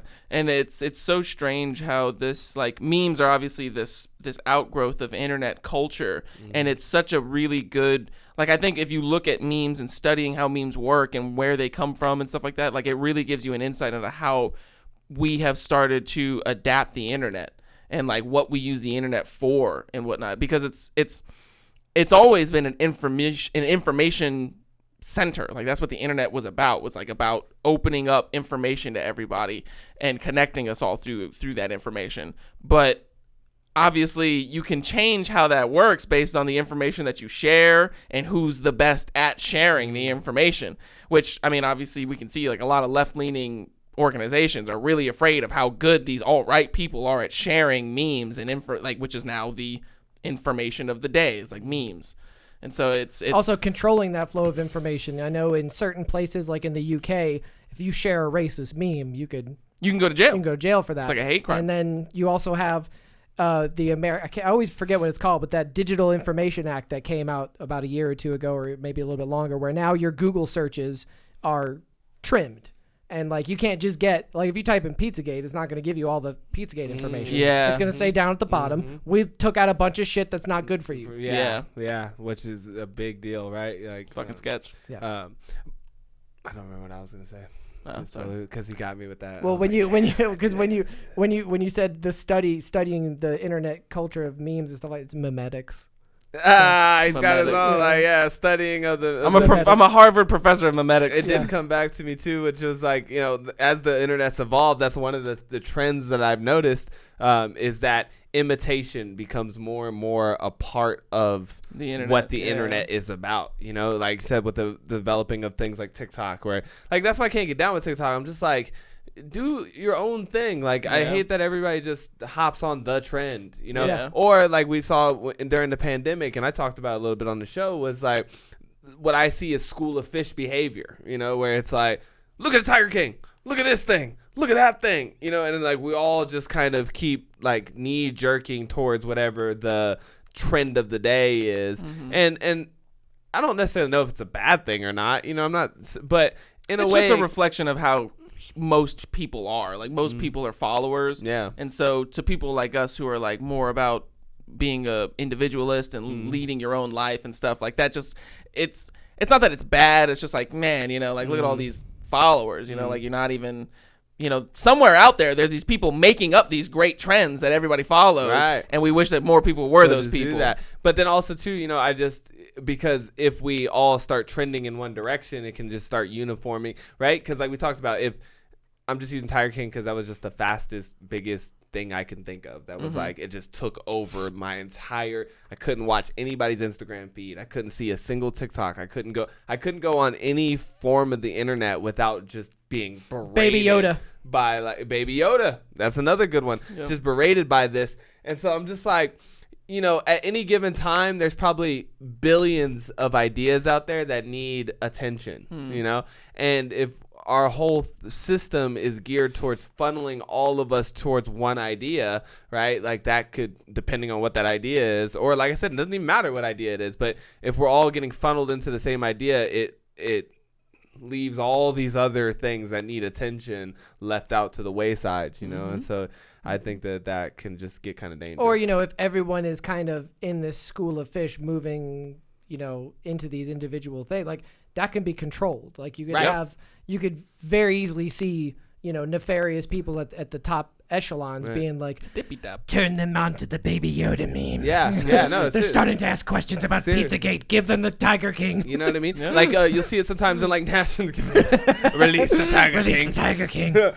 You'll see it in certain like natural disasters, right? Where all of a sudden everybody hyper focuses on what's going on in this one country at this time, when at any given time, there's a million different things going on in a million different, well, there's not a million different countries, but you get what I'm saying? Like, there's tons of things going on in the world, but we can get channeled. And people have noticed that things like this will happen when there's something very influential happening in Congress or in our government system. All of a sudden, like you said, the next great meme comes out, and everybody's like, look at this meme, look at this idea, look at this thought. And it's like, yo, over here they're passing some crazy law that's gonna fuck you up. You're not like even, the domestic traveling requiring vaccination bill that just got introduced. Whoa, memory you don't hold. even see it. Yeah, like the guy that showed up at the fucking in Washington D.C. with the bomb in his truck. Yep. Memory hold. Like Memory that was hold. that was the same day as the whole Afghanistan shit blew open, and I didn't So it see got any news swept under about the rug. it. Yep. And that's once again a guy from North Carolina showing up in his truck. Yeah, North it's Carolina. the same Not a thing good that look. happened at Comet Ping Pong. The guy a good showed look. up with a fucking gun, went inside Comet Ping Pong, was like, "Let the kids out of the basement." He was from North Carolina. North Carolinians like the good conspiracy, man. I was gonna say, they're it's- very They really fucking with that conspiratorial. They're conspiracy. really fucking with that conspiracy shit. Because, like, even, like, having spent a large portion of my, adult life in the rural North Carolina environment, that was the first time I heard about Benghazi. First time I heard about Jay-Z and Rihanna being Satanists. Yeah. First time I heard about LeBron James and, like, fucking the devil. I even made a whole meme about, because this guy was convinced that, like, all these, like, black actors and activists and athletes were all devil worshippers, and he would point me to all this different information, like, look at this picture where he's doing this and this and this, and then so I made this joke. You remember when that guy from the Spurs got dunked on by LeBron James, that white dude? He went to block it, and it's one of the best LeBron James dunk ever. It's like this big tall white guy that looks like fucking Ashton Kutcher, and he's like jumping up to block LeBron, and LeBron just like just dunks on him. So I was just like, Jesus Christ, the power of Satan, boom. And like it was like a running meme with that guy. Every time I saw him, I was like, man, that Satanist can ball, dog. Hey, Satan giving out some superpowers out here. but Really. must have sold his soul, but the boys in North Carolina boy really can be fuck. about that shit. Yeah, It's where I think it seeped into my epigenetics a little bit. Yeah, that's Interesting. cool.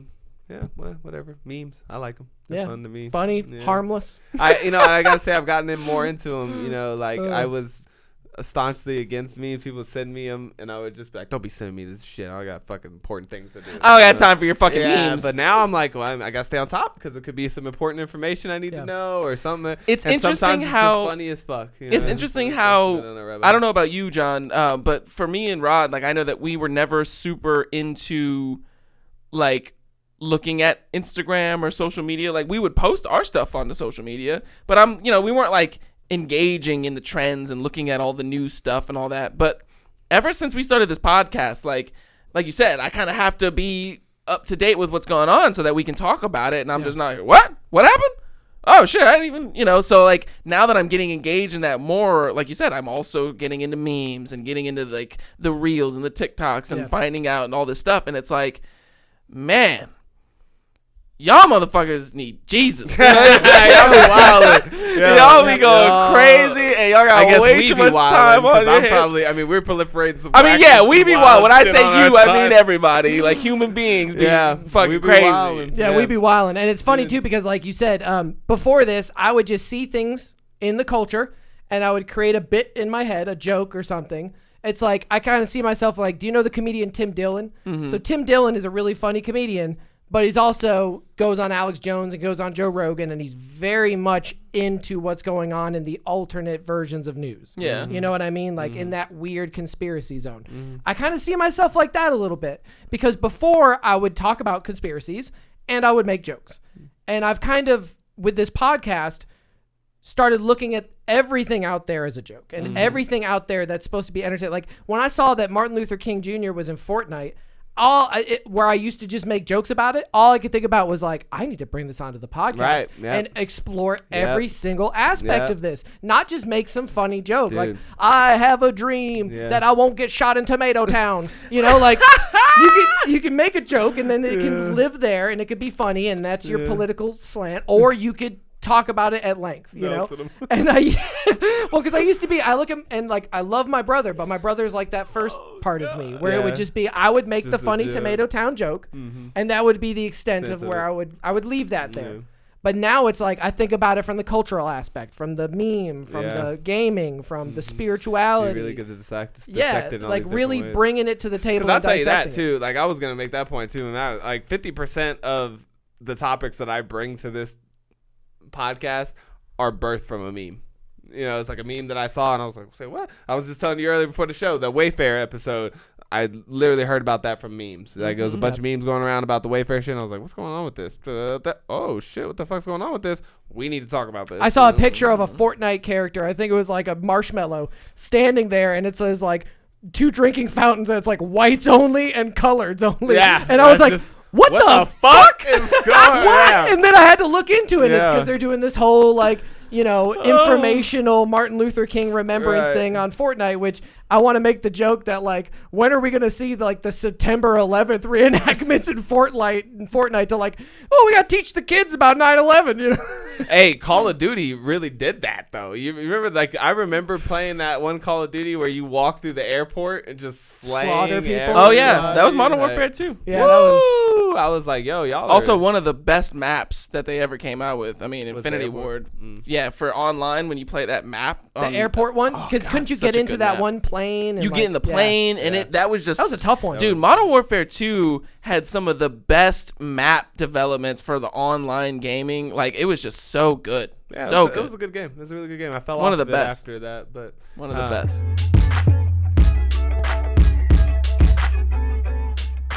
I am so obsessed with golf. I mean, to a point that I've just never really been obsessed with another sport or game ever in my life. Like back when I was like League of Legends, you know, like it's like my new League of Legends. It really is like something I dream about that shit. It dominates my whole brain process right now. It's really weird. I like it because it has infinite room for improvement, right? Like it's not a game that you can really perfect. You know, like there's always a level. I mean, I guess any game's like that, you know, where there's always a level up from where you are, you know, and you can always be a little better.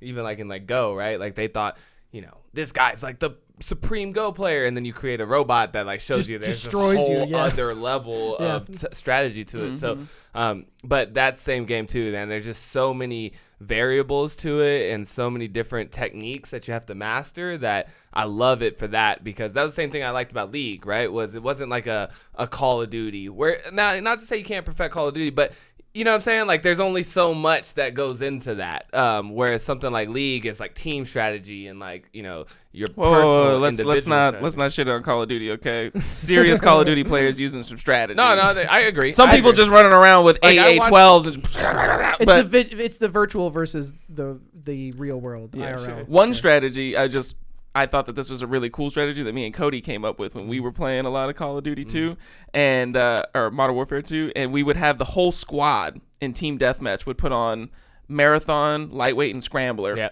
and then we would run around with AA-12 shotguns in one group, because we found out that if 2 people from the same team both have scrambler, it increases the range that it starts to scramble people's radar. And so we would have the whole team, all 6 players would run around, and it'd be like this massive thing. You could scramble like half a whole map, and we just run around in a big squad, and as soon as we came across somebody, everybody fan out and we start shooting with automatic shotguns. It was so much fun. But that's a strategy right there. It makes me think about the community aspect of playing games, because you're talking about That's golf, true. and you want to talk about movers and shakers in the world, political figures, you know, like what did Donald Trump do all the time? Golf. So What did George Bush do when he was telling us about it, you know, Iraq and Afghanistan? Golf. honestly, that was always what drew me to the game, because I've always been somebody who I was like, there's a couple things that I decided a long time ago. I was like, I'm gonna learn how to drink scotch, right? Because I don't want to be in some type of business meeting and he's like, scotch, And I'm like, nah, sorry. Do you have any red wine or, you know what I mean? Like, do you I'll have take a ginger ale. Yeah. Do you have a seltzer maybe by chance? You know, I didn't want to be that guy. I wanted to just be like, hell yeah, on the rocks, you know, because that's just how that goes. And then golf too, right? I never wanted somebody to be like, hey, you know, we're going to go out to the golf course. It's me, this other super influential person, and this guy, you know, we're going to go out and play for a day. And I'm like, sorry, I don't know how to play golf, you know? So, or just go make an ass of yourself. yeah, exactly, right? And then they just like, oh, this guy's a schmuck because he doesn't do what we do, right? So that was what drew me to it, was that it seems to be a powerful person's game, you know, like, and so I wanted to be able to mingle with those types of people, and so I wanted to do the things that they do. It's true, you don't see a lot of billionaires balling up on the b-ball court. Here's what is even more fascinating about it. You're 33, I'm 32, you're 27? 26. Okay. I'm currently 35. Okay. All right, there it is. I'm 33. This man knows none of our ages. I have no idea what Goddamn. day, year, Classic. time it is. Classic. But the point is, what is the likeliness of us becoming a professional soccer player? Zero. For me. Zero. Big zero for me. It's a big.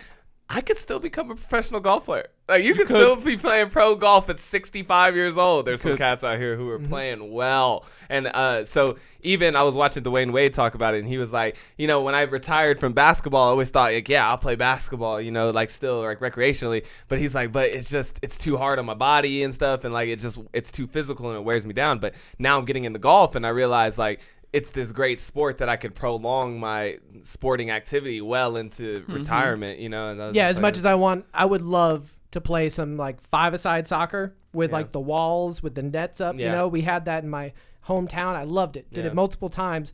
But I got to the point physically where I would play that game, and even if I was playing against a team who was like lightly physical, I would go home and just be in like severe pain. Yeah. And it would cripple me for like 2 or 3 days. I'd be walking real slow around work. And at the time, like I had to work pretty hard with my body. So it was just like I lost out on this love. Yeah. You know, this indoor futsal, five-a-side kind of way to play soccer was like I loved it.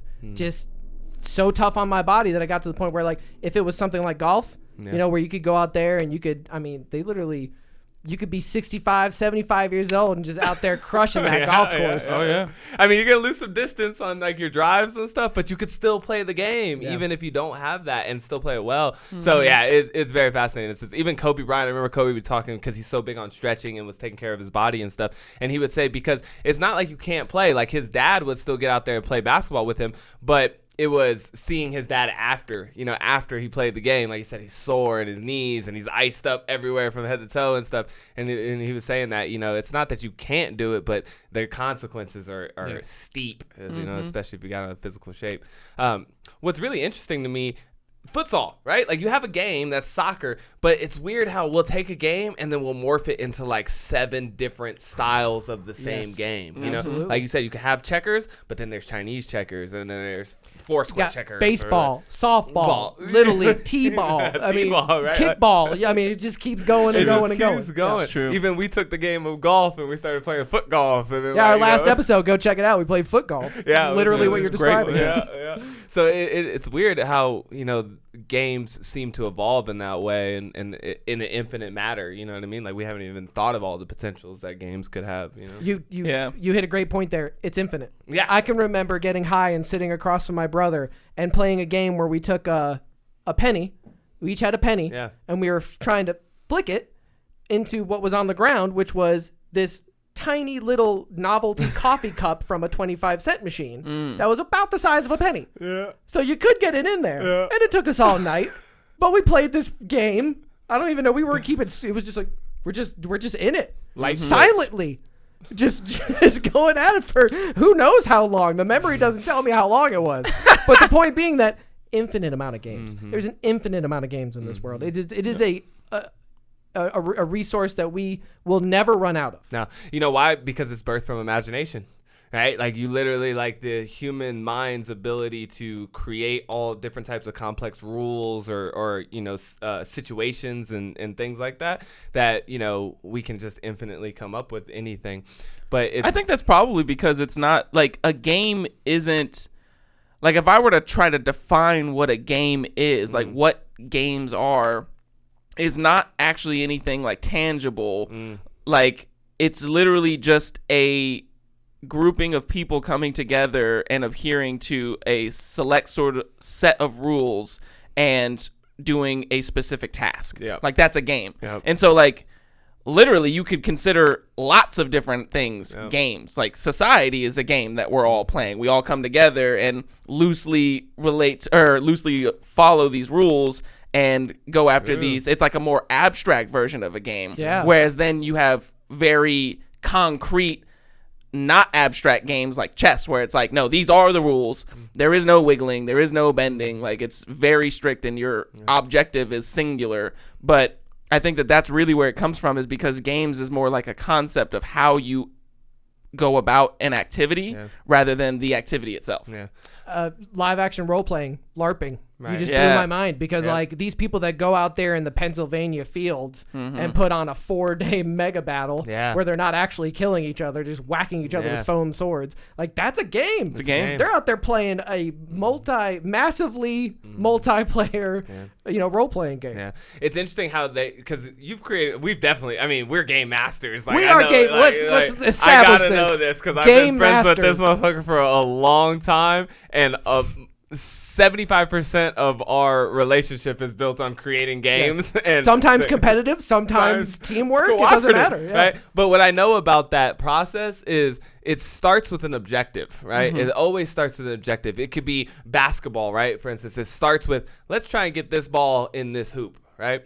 One of the games from our personal experience was we used to do flick the light switch. Like, we used to spend hours and hours in our garage kicking a soccer ball and trying to knock the light switch off, like turn the lights off, right? Basically, like pinpoint accuracy, Right. like headers. Like, I would like flick it, and then you would like try to head it, and we would try to hit the light switch and turn the light off. That was the ultimate goal. And see, and that's actually exactly what I'm talking about. That was a variation, right? Start off with just trying to flick it at the light switch. And same thing if you think of like basketball, right? It just starts with just trying to get the hoop in. But as you play it, right, you start to agree upon certain constraints that you feel like the game should have, right? You're like, all right, well, but you shouldn't be able to do this. You shouldn't be able to just do that, right? Like, what if instead it was like this, and this, Like I said, then basketball is like, okay, well, we're going to dribble though, you can't just run around with the ball. Like, we need a constraint for this. It's like a band list. Like, you can't just grab the ball and run with it like a football player. Right. That's banned. So it's interesting that it starts with an objective and then it adds constraints, and then through that it evolves. I mean, even like we talk about now, games that we are very familiar with, like basketball, soccer, all these things, the rules are still changing. Every day it's like it has to evolve, and it's just weird how everything in nature seems to evolve in that way. And do you think that's just trying to get more fair? Like, are they trying to achieve the perfect game and all these different constraints that they place and changes that they make? Because I can talk from my personal experience of playing Magic the Gathering and say that the majority of the new rules or new updates or bans that happen are to make the game a more diverse and fair playing experience. That's 100% what I would agree with too. Is that like you said, that constraint levels the field in some way, and well, because like you said, it's these games are all based off of imagination, and so as the years progress, new people who look at the game in a different way approach it in a different way, and then the game has to evolve and adapt to that in the same way that an environment would have to adapt to a new species that is introduced, like an invasive species. Sometimes they are good at adapting, sometimes the environment doesn't adapt at all and the invasive species takes over. And so but because we have control over the rules of the game, we can do that consciously rather than having just natural selection play its course. When somebody does a crazy, they come up with these new cards in like Magic the Gathering, for instance, and then people come around and they use them in ways that even the creators didn't even think about the way that they would use them. Correct. And so then they're like, okay, that's OP. Yeah, you can't do that. We didn't think about that one, so we're actually gonna have to ban that card we just made from such and such and such, or nerf it in some way. Make it less powerful, or and so these rules, one thing that's going on in soccer right now is the virtual assistant refereeing. And they just changed the rules now with the offsides calls, which is that now when they do because it's all based on mathematics and like linear lines and stuff. And so now they've widened the lines. And so it's like a thicker line, which means that you have more margin for error. And then they've also reintroduced the benefit of the doubt rule to the offensive player.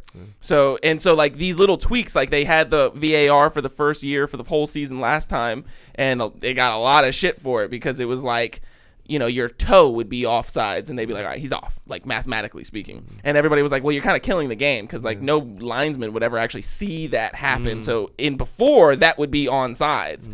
But now because of technology, and so they're like, okay, we got to adapt to the technology that we've introduced into this game and tweak it a little bit. Yeah, it's interesting because, like you said, the balance seems to be a huge key to any game, right? Like it has to stay in balance because we've all seen this. Like my girl just bought this. My daughter just bought this Escape the Night board game, right? Oh, and yeah. It's a board game based on this show that she watches on YouTube. And so we've been playing it. It was fun. It's a fun board game.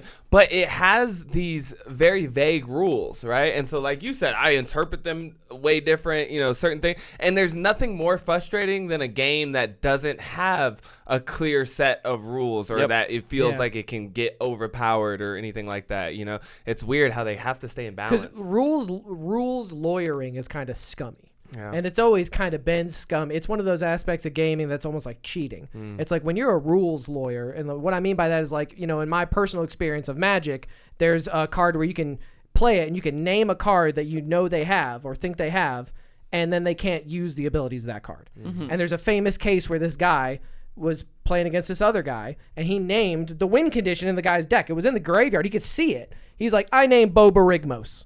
Well, the card in the guy's graveyard was named Bobarigmos Enraged. Yeah. There was a card in Magic that was just called Bobarigmos. So the guy gets up and goes and talks to a judge, comes back, sits down, lets the game play, and then casts a thing and targets his Bobarigmos to kill the guy. And the guy's like, I named it with this card. Yeah. And he's like, Nah, well, you did. Not quite. And see, that's rules lawyering. And I've seen it across, you know, in Magic, it was kind of just a part of the game, was this, we called it angle shooting. And it's kind of scummy, but in the competitive world, it was seen as quite okay because you're doing everything within your power to win the game. Yeah. So, you know, you see this in golf. People cheat in golf, you know. all the time. They take, Ball, oh man, tons of different stuff on ways. their clothes. You know, and then like you said, that is so.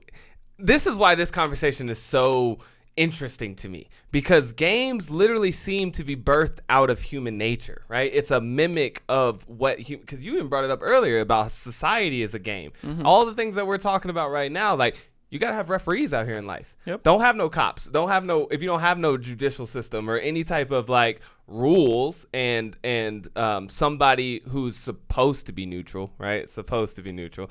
But to enforce those rules, then I'm just, because we have this competitive nature in us that we want to win or accomplish the objective by any means necessary, almost, you know, like that it can get really out of hand. So it's interesting that we have to have those referees to keep that balance, you know. But so it's like these things that we're talking about: objectives, rules, balance. Like these are things that you see in real life, you know, constantly playing out. You know, I have something about games I wanted to kind of bring up.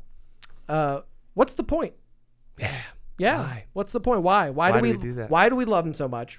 What do we get from them when we accomplish the task? You know, I can look at myself personally, and there's been times where I've been like, why do I play this game so much? It's fucking doing nothing for my life. Right. And then sometimes I'm like, man, I just had a lot of fun. Yeah. And it's like, what you have to weigh this kind of time suck aspect of it, because what if I just play Magic all day? I can't really monetize that. It's not a thing that's like, some people have monetized that, but it's very difficult. It's a cutthroat world. And even the most monetized Magic players who get quote unquote paid to play Magic all day, the YouTube personalities and things like that, they're not getting a lot of views, man. They're not getting like, you know, like near the views of like DIY channels or anything like that. It's like in the tens of thousands, sometimes hundreds of thousands if you're like really lucky. So the point I'm trying to make is, then why do I play it all the time? Why do you keep doing it? What am I accomplishing? You know, the first thing that comes to me is, what else would you do? You know, I take it back to ancient history, which, you know, it's funny because games do, I mean, pretty much date all the way back to humanity as far as like you can pretty much tell. I mean, I think here I got it pulled up. They say the first game was invented in like, I don't know, it's like 3000 BC or something. Prehistory. Yeah, it's like, you know, it's essentially, essentially as long as human beings have been a societal creature, which is forever, group creature, then we've had games. Yeah. Well, how long have we had I mean, I guess it would take imagination to to a degree, right? Yeah. So like, I mean, But we always have, like, you think about go ahead. Sorry. Well, no, because the point I was trying to make was like, if you really think about like evolution, and we were like, hairless apes that came down from the trees into like the plain area and grouped together and threw rocks at our enemies to like get to the point where we could like cook meat and have settlements. Like, at what point did our brain transition to be like, hey, y'all down with this basketball? Y'all want to play some Mancala? Yeah. right, Well, I right. think that's looking at it at too linear a viewpoint, because animals play games. Even animals that we would consider very primitive play games. Yeah, That's my true. dogs play Yeah, they games play all the like time. tag Dogs play and- games. yeah. Primates play games. I mean, I've seen fish play things. Like, play. I can't remember his name, but Jordan Peterson talks a lot about. I think it's Jean Piaget, who was he studied and discovered the like game or the play circuit in rats or mice or whatever. And he discovered that there's a whole circuitry of the brain that's centered around play and how different species play. And he talks about how, like, for instance, if you have a larger rat, a rat that only has to be 10% larger than its opponent, and it could theoretically win every single engagement physically against that other rat. And so they call it rough and tumble play, because that's how rats play. They don't have abstracted games. So they just wrestle with each other. And they found out through his studies that, I think it's Jean Piaget, but I could be fucking that up. It's down here. But he basically found out that if the bigger rat doesn't allow the smaller rat to win a certain percentage of the time, the small rat will no longer invite the big rat to play. And like your dog invites you to play by like dropping its head, lifting up its butt, and like kind of doing this kind of, it's like a universal thing. Your cat does the same thing. It's a animalistic invitation to play. And so rats do the same thing. And if the big rat just keeps pinning the little rat over and over again and not letting it win a little bit, even though it really shouldn't be able to, the small rat will stop engaging and play with them. And so, Which like you I said, will that too. fairness, that fairness and that balance is very important in play. Yeah. And I think that play is like the proto circuit for how we as abstract human beings have created games. Like, the games come out of that play circuitry, but we're just so intellectually developed that now we can abstract it into these crazy variations of these already crazy games. And it's just, we, like everything, humans take things from nature and we do them to the nth degree. Because I was making that point earlier about like, what else would you do? Like you saying, pointing to the fact that play seems to be hardwired in our brain. Entertainment is a real thing. When I look out in the world and you say, like you said, like, there is no efficacy necessarily to playing all the time. But if you take it back to prehistoric and you've gathered all your food, you've prepared it all, you're full, you're tired, right? What's it gonna do? You know what I mean? You got maybe 3-4 hours until it's time to go to bed.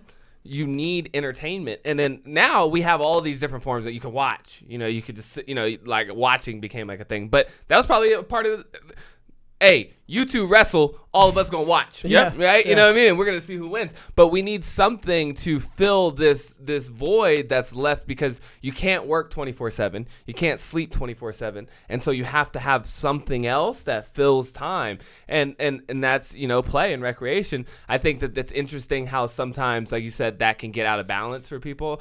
Some people work way too fucking much and they never play and they're miserable. And then there's people who play all the time and they're broke as fuck and can't support themselves, and so they're miserable. And in a way, it keeps that balance. But entertainment, to me, I think of it as the first form of entertainment was, competition. Is and not only is it entertainment, right, and fun, but it plays an important role. Why do dogs rough and tumble play, right? It's fun for them, but it's also about establishing dominance, right? Who is the more superior dog and developing a hierarchy, right?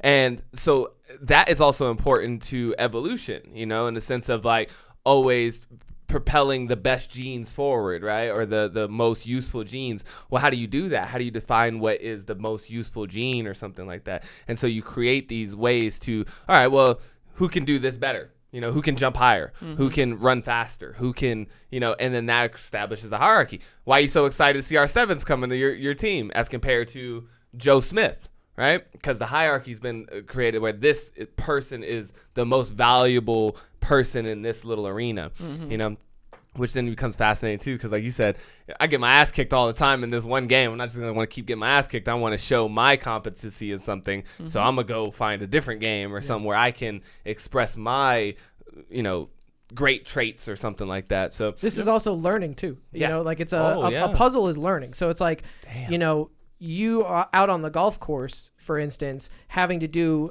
problem solving to decide like, okay, I know what my usual stroke is. What's the percentage of me being able to hit over this water hazard instead of playing up to here and doing it this way? You know, like that's, you know, for me playing a card game, it's like you got to find the line and get the math right because you have to factor in all these different things. He's going to gain 1 life. I'm going to have to hit him for 3 to get him down to this. So it's like there's a learning aspect to the games too, where those puppies or those wolves that are playing, they're learning how to fight. They're learning how to like get off their back and establish a dominant position. And those aspects of gaming are something that like I don't by default look at and find the appreciation for. Right. I'm always beating myself up like, damn, I spend too much time playing this game, even though I play very little compared to like probably the average consumer of the game I play. You know, I just saw something. I'm not going to derail us, but I heard this on the way over on the radio. China is limiting children's game time on the computer to 3 hours a week. Wow. Don't ask me how. I don't know how the Chinese Communist Party is going to enforce this, but it was announced today. Yeah. And that is, man, that's strange. That seems, and based on everything we're saying right now, it seems like a fail, right? Like that seems like you're pushing your culture because I love what you're bringing up in here too about what is that balance between play and work, you know, essentially like production, because production is really birthed out of necessity, right? Like you gotta eat. Like I said, back in day in prehistoric times and stuff, it wasn't like, oh, work to gain some type of arbitrary status or dollar, but it was like, we need food, we need water, we need resources to live. Once that's accomplished, there's no need for work anymore. We didn't stockpile like we do now. So it's like, I think that the way that we've kind of changed as a society has bred us into this super hyper work focused culture where it's like, you gotta put in 50 hours a week, 60 hours. You know, so I used to struggle with the same thing, right? I was like, oh man, I have a lot of ambition, but I also like to play, right? And so I'm doing all this playing and then I feel guilty about it. But lately I've started to shift my focus on that. And I just started saying like, to what end, you know, to what end? Like I said, I was just plopped here. I was given no objectives. So it's interesting that that's why we create objectives, right? Because you don't got, like, there is no thing you have to do, right? Like you got to eat and like I said, you got to sleep and drink, but outside of that, you don't got to have a certain amount of money. You don't have to have a certain status or anything like that. That's all just you picking a game, you know, that you want to play at that point. So for me, I started thinking, I'm like, dude, I love my life. You know what I mean? I play 60% of my time probably. Other 40%, I do what is necessary for me to provide all this shit that I have. But outside of that, like, I've given up on this idea that I have to work to create some arbitrary surplus for myself so that I'm a millionaire type thing, you know, like, so I can do what? I'm just going to play games. You know what I mean? Like, that's what I find passion in anyways. And that's what most people do. So I've really been trying to let that go and just understand that, like, you know, I was even talking to Jessica because I'm so obsessed with golf at this point that I've put in so many hours in golf just this last like three weeks. I've played so much and I was like feeling guilty about it. Like you said, I was beating myself up and I was talking to Jess about it. I'm like, am I fucked up? Like, am I out of control here? You know, like, do I have a problem? And then I was like, but got food. I was like, nobody in my family's starving. Electricity's on. My kid's healthy and taken care of. Why the fuck not play the game? Like, what else am I going to do? If you retired, you would go play golf. You know what I'm saying? If I retired, I would, they don't have it right now, but I would retire on the competitive Magic the Gathering circuit where they go around to all the different cities once a week and play in these major tournaments. Yeah. I would do that. I would retire on that circuit and get a traveling fucking bus or something. Like, that would be like some old man John dream. You know what I mean? Yeah. So, like, why can't I just play this game now a little 100%. bit? Just get, you know, just play a little bit, not too much, but enough to have fun. Yeah. Because, I mean, like you said, you're going to have to do something. You know what I mean? Like, everybody's really not working for the sake of working. They're working to get to the thing that they enjoy doing, or their entertainment, their passion. Maybe you're just traveling. You know, it's not games for everybody. That's the interesting thing. Like I said, some people are watchers of the games. Some people like to experience things. Like, they like to go when they travel or they hike or whatever they do, right? Which is, I would say, even just watching the beauty of nature or whatever. So either want to watch, but nobody works for the sake of work. You know, even if you do, that's your game. Like Warren Buffett working his ass off, but his game is how much of these little beans can I collect, you know? And so I think that for me, I just established that like games are fun for me. Like, that's kind of my passion. That's what I like to do. Like you said, it teaches me. I learn. I love to practice. I'm obsessed with practice. You know, because it's development. And so, you know, I just do that, you know. And like I said, I work enough to facilitate that, you know. Yeah, exactly. Yeah. And this is something that I was lucky enough to kind of discover early on in life, was just that, you know, I always had this idea when parents or teachers would always say, like, don't count your chickens before they hatch, or, you know, like, you got to prepare for tomorrow, which is kind of true. But also, like, I always thought, like, but you could do all this preparation and then die tomorrow, and then all of it would be for naught, you know? And so I was like, you know, and like you said, it has to come down to balance, and everybody's balance is personally decided by them. Like, you have to decide if you're working too much or playing too much. But I eventually just came to the realization that I was like, you know what? I'm not going to forego all of the pleasure that I could have in my life today for some sort of extra pleasure later if I work my ass off, which I may not even get to, even if I work my ass off right now. So like and I say that, you know, balance is a funny thing because we tend to think about it in really interesting ways, as far as I can tell. You know, like a lot of people think like when one thing happens, the opposites would happen right after that, and then that's balance or whatever. But, you know, sometimes balance could be, you know, one thing happens and then 10,000 years later it balances itself out with this other thing. But I started thinking of to myself, like, I'm going to balance it out based on how I feel. Like, that's kind of how I operate everything now. Like, if I'm playing a game and I start to feel like, man, I kind of been playing this a little bit of time, I just take that as my internal signal. It's like, okay, maybe it's time to go and do some work. You know, that's my fine. My subconscious mind is leading me towards what my balance should be, you know? Exactly. And, you know, it's a tough thing to get because there's no definitive answer. Just like with games, like, there's no definitive ending to the game or whatever because it continues forever. And so it's like, that's the whole point, is like just doing it. Like, that's the whole point of the games, is doing it. Like, nobody wins the NBA championship and then it's like, all right, cool. Yeah. Done. I'm done playing this game. I'm done playing. I'm never going to play basketball ever again. And it's like, I'm not going to play any other games. I'm not going to watch it. And I am not interested in basketball whatsoever anymore. Been there, done that. Yeah. And so it's like, you know, there's always next season. There's always, you know, oh, I missed that one shot. Or, yeah, you know, and so I think that really comes into play when you think about the balance between work and play. And I think that's why I love technology, in the way that, like, now people can make money from playing Magic the Gathering. Or people can make money from doing all these, like, weird things. Like, I remember just a few years ago when I was playing a lot of Modern Warfare 2, and my mom was like, you got to be studying more and you got to be doing all this other stuff. And it's like, at the time I couldn't look at her and be like, or I could just get paid to play Modern Warfare 2, because that wasn't a thing back then. Like, I mean, it was starting to become a thing, but it wasn't. Like, even if I had told her that and showed it to her, she wouldn't have, like... There was no golf vlogs at that time. Yeah. There was no, like, oh, this is my, you know, fun golf channel on YouTube that gets 1 million views. Like, before this, it was just like you could get a show on TV. Yeah. It was either a hobby or is your profession. Or you could be a PGA Tour professional golfer and, like, going all over the place. And, that's fucking hard. Cool with technology is it's opened up this, you know, all these other avenues in which you can make this game that you're passionate. But look, I mean, like, I think it's so weird to have that mentality, because we do have professional basketball players and soccer players and all that, and this is nothing new. I was just reading Matthew McConaughey's book a while back, Green Lights. Really great book. It's on the bestseller list now, so I recommend it to anybody. It was very fascinating, even if you don't fuck with Matthew McConaughey. I was just like, whoa, cool life, you know? But one of the things he talks about is he goes on this African safari, like not even like a safari, he went looking for a guy in the middle of Africa somewhere. And so he's going from these, like, tribe to tribes, right? And so we're talking very native people, okay? And he gets to this one tribe, and they hear that he was like a fighter of some sort or something, right? Like a boxer or some shit or something like that. Maybe they don't hear that. But all of a sudden, they send their guy. I don't know what the name of this guy was, but it was their village warrior, right? Like their biggest, strongest fighter. And he came and he challenges Matthew McConaughey to a fight. And everybody's like, yeah. And like he accepts the fight. And everybody's like, yeah. Right?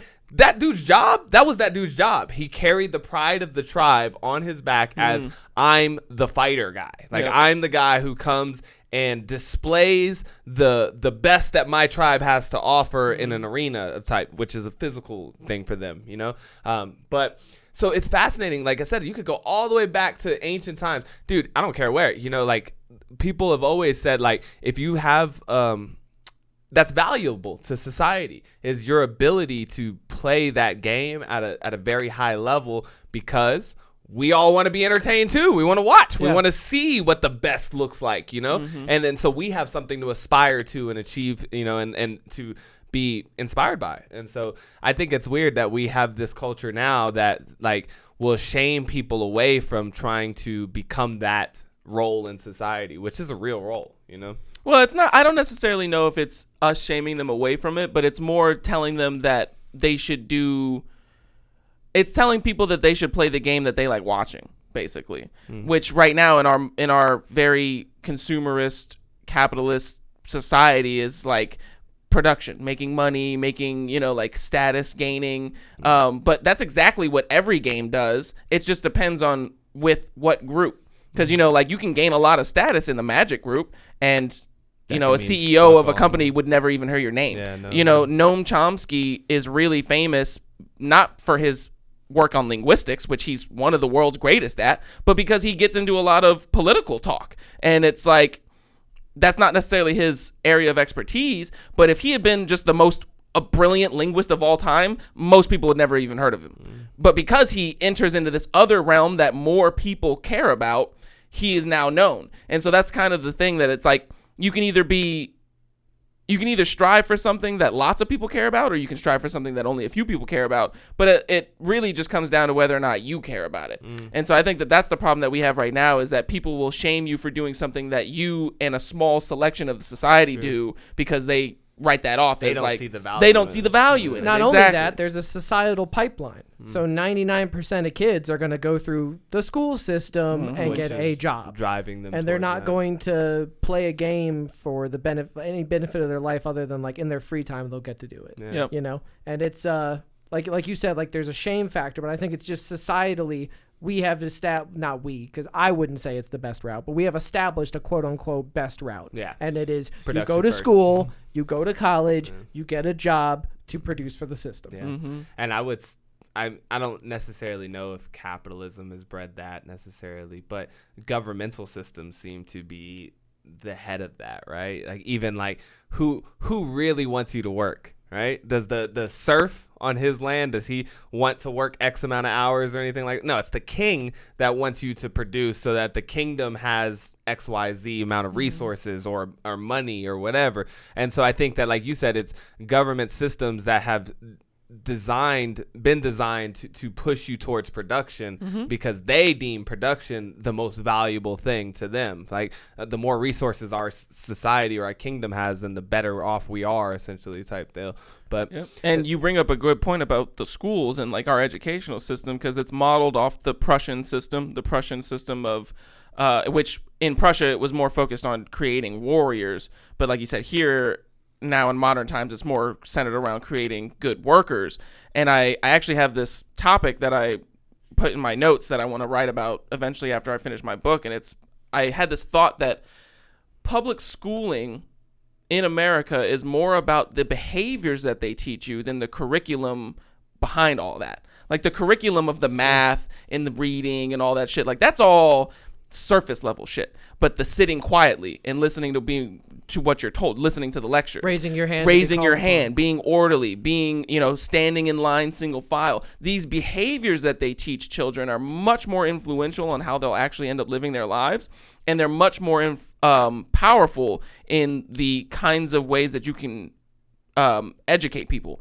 And so I think that has much more to do with it, and it's like you said, we've modeled it in that vein because that's what those people valued, and those people just happen to be the people making the decisions. That appeal to authority that they teach you is the one that, like, for me personally, that was one that never really stuck. Like, I started getting to this point where I was like becoming a teenager and I was about to join the army, and I just knew, I was like, the people that are in charge don't know better than me all the time. Right. They might think they do, and in some instances they might actually. Yeah, but just this idea that, like, the people making the decisions at the tippity top, I like what we call the tippy top, they're not exactly the best people. Yeah. And I think that's why we strive for having less, like when we talk about games, we talk about, or I kind of mentioned how we have these very concrete games and we have these very abstract games. And, you know, as you brought up with the rule lawyering, we don't like those abstract games because there's so much there's so much margin of error. We like the rules to be XYZ, you know, like if you know that the person above you is better than you in these very specific things, then you're like, okay, I should probably listen to him when I'm doing these specific things. But when it's all a very vague, abstracted, like subjective thing, then that doubt starts to creep in and you're like, well, am I even looking for the same thing that this guy's looking for? And he's telling me to do all these things to get these things that he wants for me, but I don't even want those things. And I think that's why we strive to always try to narrow in our games, especially considering that is the entertainment that we provide ourselves. It's so important that we make sure that at least in that aspect of life, we can know what the fuck's going on. Yeah. Like, you know, like how crazy would it be if sometimes, you know, double dribbling is legal in basketball? Yeah. Like that would be so frustrating. Yeah. Or if traveling was like a cool thing given a certain set of circumstances. Like now you're just muddying the waters and you're making it less and less applicable to as many people as possible. Whereas like if you can get this is a very concrete thing. You have to dribble the ball every 2 steps you take. But that's interesting though, because even earlier you were talking about how VAR, people didn't like how systematic and mathematic it had gotten, where they were like, because this happens too in golf now, right? Like there's this dude, his name's Bryson DeChambeau, and he's kind of starting to raise up in the scene, but people, a lot of them don't. I mean, there's videos of him talking about the atmospheric pressure before he like takes his shots, and people and the reason I don't like it is because it takes a long time, and it's a pure, like he's an engineer, I believe, so it's a purely like mathematical approach to the game, and people are like, well, it's a game of feel, like you're taking the feel out of the game, you know. And so it's weird though, you know, we do want it to be very systematic, but at the same time we want that like that artistic expression to also come out in the game, right? And like have that freedom to be able to create within the game. It's very interesting. Well, I think that balance. I think that that's an interesting point, especially when you can like contrast the golf and the soccer thing, like because that's very true. Like the VAR, the whole idea behind VAR was it was supposed to correct the incorrect decisions that referees make, which we also hate. Well, depending on which team you're on, which team you support. And I think that really what it comes down to is, like you said, you want that innate play aspect and that like you said, that artistic expression, but you also want it to be as fair as possible, and you have to find a balance between those two things as well, like because you can really restrict it to the point where it's almost mechanical. Yeah, like where you're, like I said, you know, you could be mathematically offsides, whereas, you know, like again, that removes the human aspect. You might as well just have robots playing then, because then they'll never be offsides, and then it wouldn't matter. That's the point. That's the point that I want to touch on, is the nuance and human error of the game. Yeah. Like, why do we have commentators? Yeah. Why do we watch Skip and Shannon? Why do we watch The Lowdown on NBC for our NBC sports? You know, like we have fallible qualities. So when the referee, we just played a really good game. Manchester United did, we played against our opponent, Wolves, and Paul Pogba challenged over the ball in a 50-50 challenge. Now, if you know anything about soccer, when you kick over the ball to try to get the ball and you hit your opponent in any way, they consider that really dangerous. You could break legs like that. And in this particular, we call it a 50-50 ball because they're both getting there at the same time. Paul Pogba goes over the ball. The guy, Ruben Neves, goes under the ball, and Paul's foot clips his shin guard. Not like drills his shin. But just, you can see it in the replay if you look really close, that the toe of his cleat catches the tip of Ruben Neves' shin guard, who then takes like 2 steps, looks at the ref, realizes he doesn't get a call, and then falls on the ground. Then we pass it to Greenwood and we get a goal. So this was hugely controversial because we won 1-0. So this whole the whole game is on this one moment where the ref goes and looks at the replay. There's like a VAR, and they're like, it's fine. Yeah. And now people are like, what the fuck? Because last season, this would have been a foul. They would have pulled that goal back and said, during the build-up to the play, there was a foul, Paul Pogba on Ruben Neves. It's a clear and obvious error by the referee who did not call a foul on the field. They would have called it last season. This season, they didn't. Now we're getting to the point where it's like, well, what's the right way? Yeah. You know, like what level of human error are you going to allow? What level of nuance are you going to give this very human referee? Yeah. Because we talked about how there was like no nuance with offsides. So we put a thicker line in. Because we wanted a little bit of varying, you know, it's kind of close. We're given the benefit of the doubt. But now with fouls, they're doing something similar, just letting certain fouls go that they would have called last season. It's true. So it's almost like we're playing a completely different game. Damn. I can't. The whole time you're just talking about that, and I'm like listening, but at the same time, it's just screaming in my head, just like, I got a whole new level of respect right now for the judicial system. Yeah. You know what I mean? Like the responsibility that it takes to be a referee. Just last year we saw the George Floyd case come about, right? And like imagine how that's essentially like, hey, that's a foul, right? And now everybody's like hinged and waiting on the decision of essentially the referee to decide, is this a foul or is this fair play? And how that could just, you know what I mean? It works the same way in society. If that referee makes a bad call, I mean, pandemonium. What about the referees that decided OJ wasn't guilty? Right, you see what I'm saying? Like, it's like, yeah. It starts to understand why our judicial system is so fluid in a sense, right? And how we're always trying to perfect that system, but then there is never really a perfect way to go about. That's why the Constitution's a reffing it. living document. Right. Yeah, because you can't, like you said, you can't just create this arbitrary line. We that's made a like, rule that you can't drink alcohol. Yeah. Didn't work out Didn't for work us. out. We were like, yo, Didn't work scrap out. that rule. Yeah, Scrap that that rule. was That's a like the bad rule. VAR shit. We were like, yeah, take it out. Yeah. Never mind. That didn't work out. It didn't work out. Yeah. We wanted it to be fair and balanced. It was a little too unfair. Right. But, you know, that's a huge responsibility. And, you know, we often take it for granted what those people are going through to be that part of the game. Yeah. I would have been so mad if I was a fan of the team Wolves, Right. And Paul Pogba had fouled Ruben Right. Neves, and I think his name's Howard Webb, but whatever. The ref looked at him and was like, "It's fine." Yeah. I would have been so mad, but No. instead I was like, "Good call." Yeah, right? Yeah. Good call, ref. I mean, Good job. I hate job, to ref. take it to this like really controversial place, especially when I was just talking about a really racially charged issue, but same thing. Like imagine your team segregation, right? And then the ruling comes out that segregation is no longer fair play. You see why a whole society is like, that's fucking bullshit, you know? And then the other side's like, hell yeah, that's what I'm talking about. Good call. You know, it brings up that idea of like, there's always two different teams or two Winners and different- losers. right? You know, Yeah. and then there's somebody who kind of keeps that in balance and Well, I check. think that it's important to remember that, you know, like the robot analogy that I used earlier, like we don't, like nobody would, not nobody, but a very small portion of the United States population would be for this idea of like AI powered robot judges,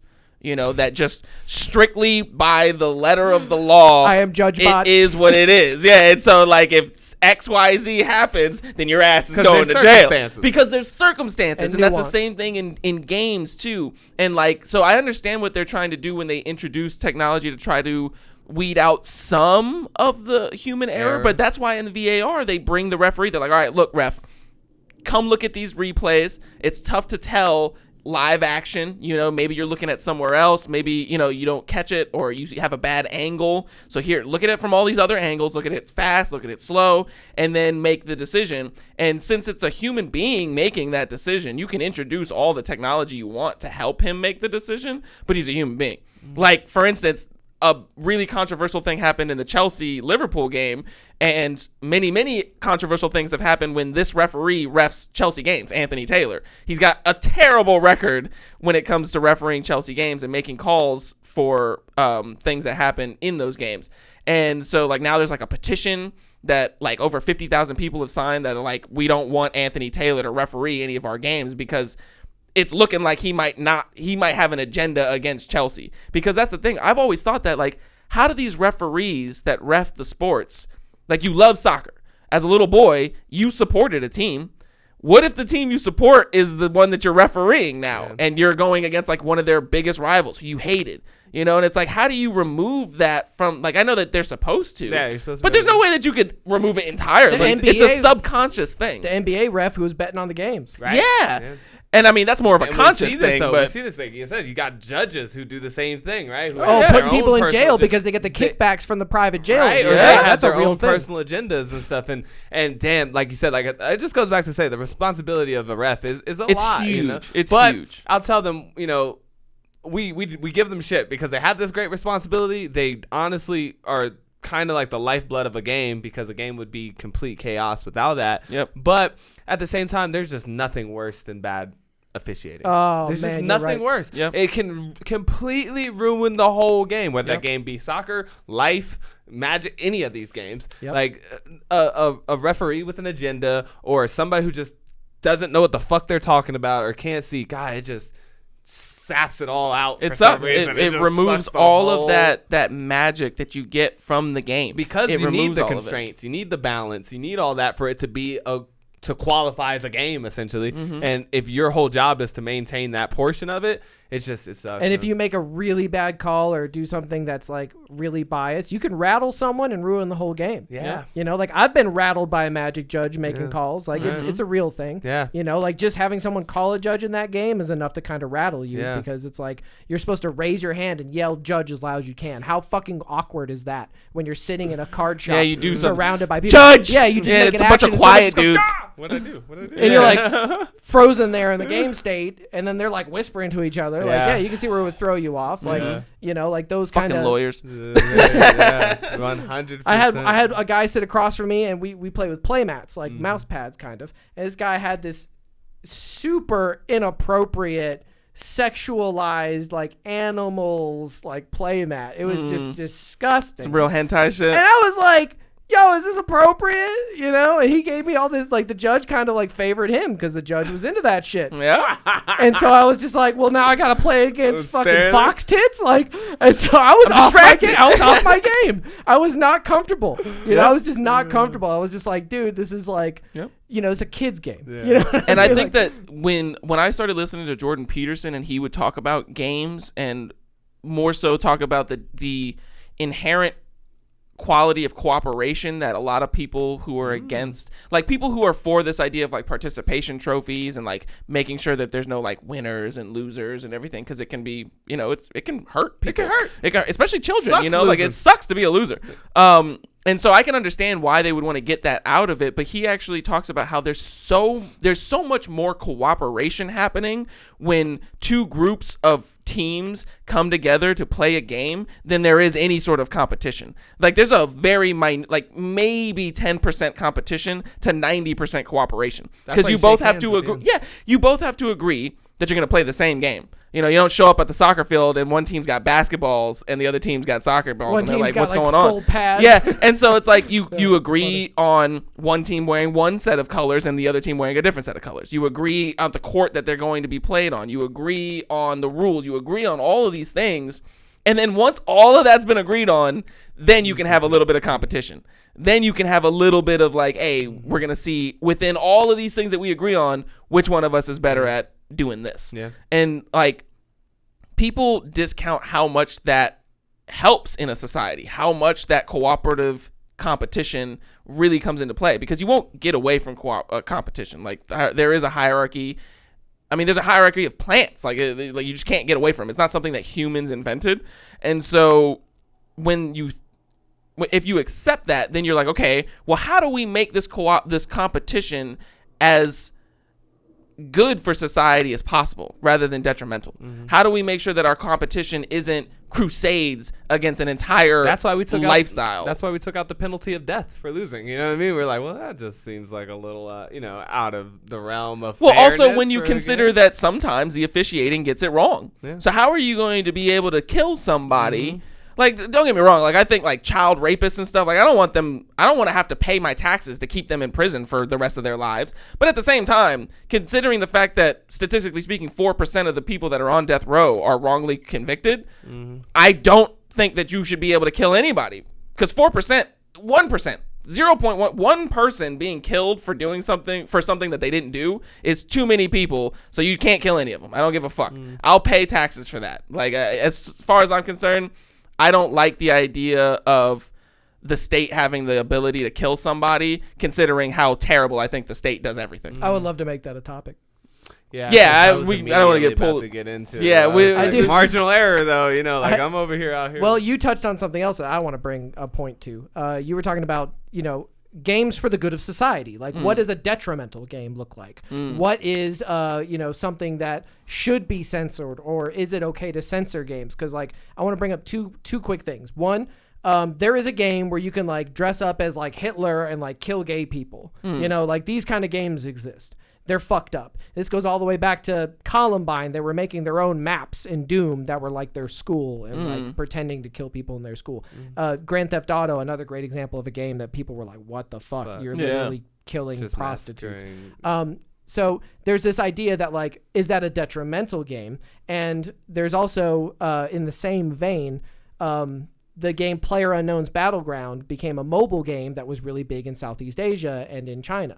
So there were a lot of people playing this game where you murder everyone on their phones in China, and the Chinese government got with the producer of the game, Tencent, and said, change it so that when you kill somebody, instead of blood coming out and their dead body being there, just make it like a colorful thing, and then when they die, they wave at you and say, have a good time, and then they instead of fade leaving, away. Yeah, and they say, thank you for serving the great country of China.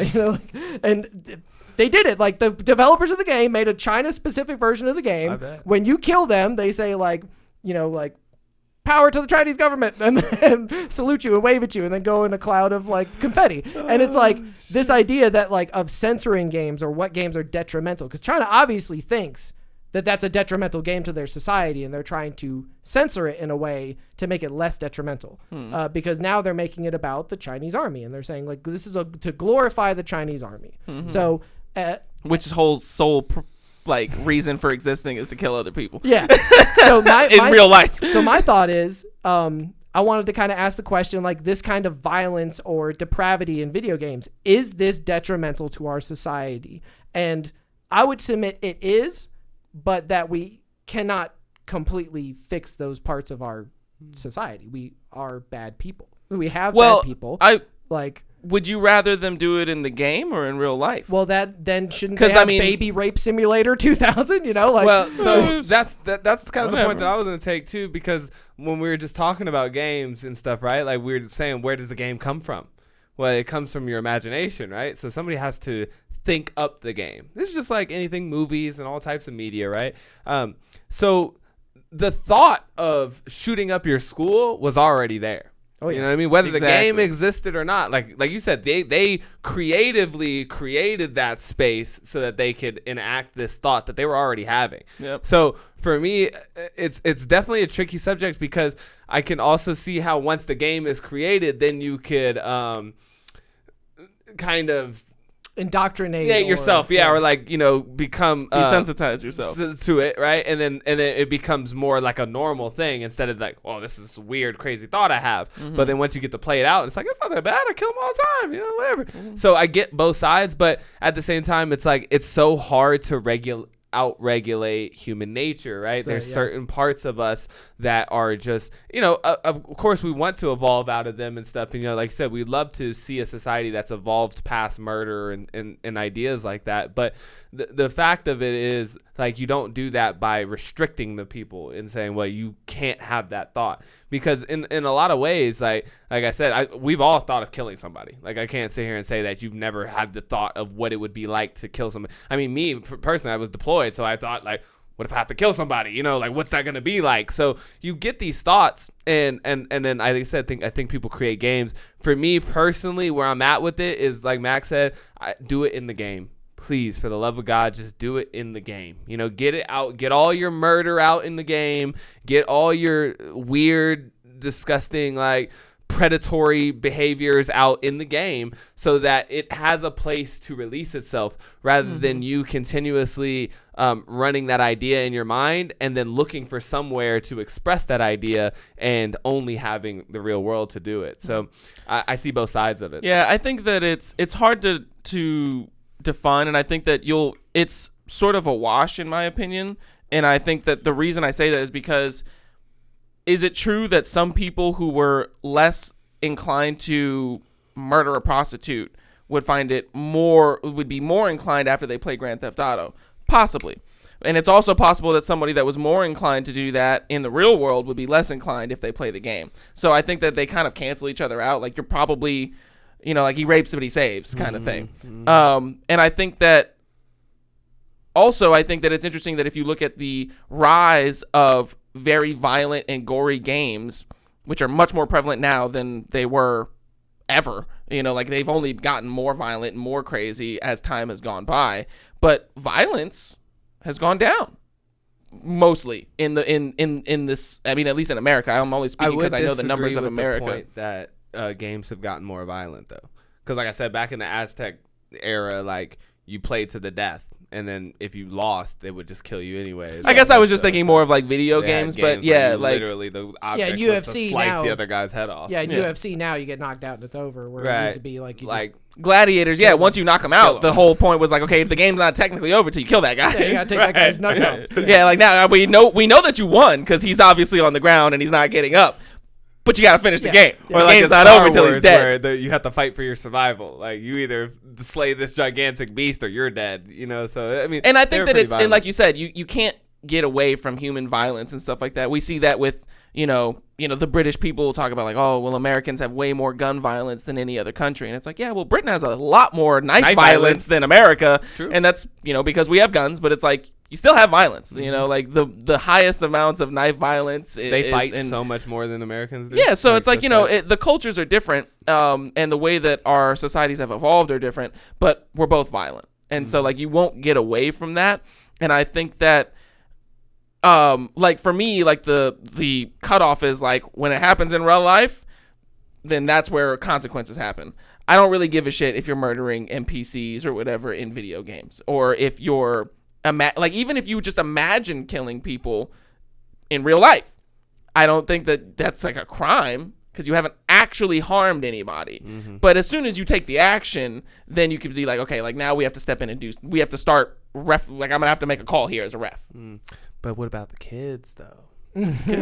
So you're a child and your brain is developing and you get onto the game Baby Murder Simulator 2000 and let's say that you just get indoctrinated into this or desensitized in this idea that that's just how you get points in life is you fucking smash these babies. Kid watches a Western show, right? Then what does he go do in real life?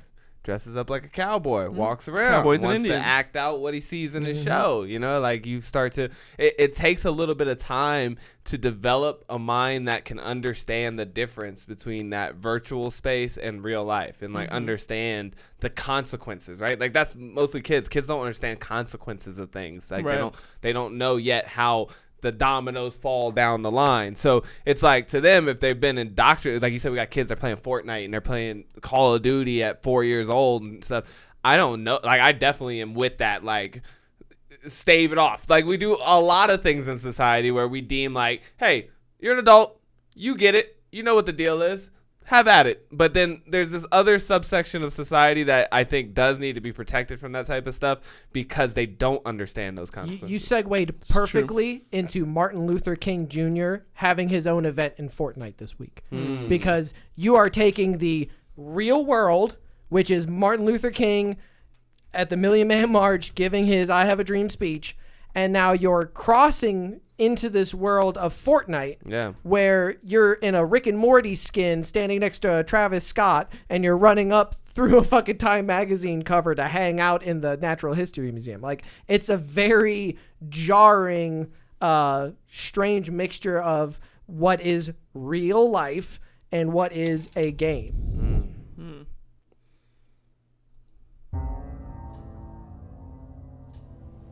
It would be fatal for the nation to overlook the urgency of the moment. Now is the time to rise from the dark and desolate valley of segregation. Let freedom ring from every hill and molehill of Mississippi, from every mountainside. Let freedom ring. I have a dream today. This is a battle royale game where your main objective is to be the last one standing in a murder free-for-all. Yeah, like shooting each other and building weird contraptions. Like the gun that killed MLK is probably in the game. It's an incredibly weird segue or like cross media thing. Like it's a strange way to try to educate people on. You run into the Time magazine. Yep. What? And then it starts playing the speech. This is the same video I actually watched and jumped through, and it's like he goes into the like the museum. There's like a segregated drinking fountain, which is kind of jarring to see in a video game. It's interesting that they did take the guns though, so you're not allowed to have the guns in this event. And just Travis Scott. Yeah. The Travis Scott skin, that's interesting. And then so you can just walk through and it's kind of like a little game. You'll see there's like little levers.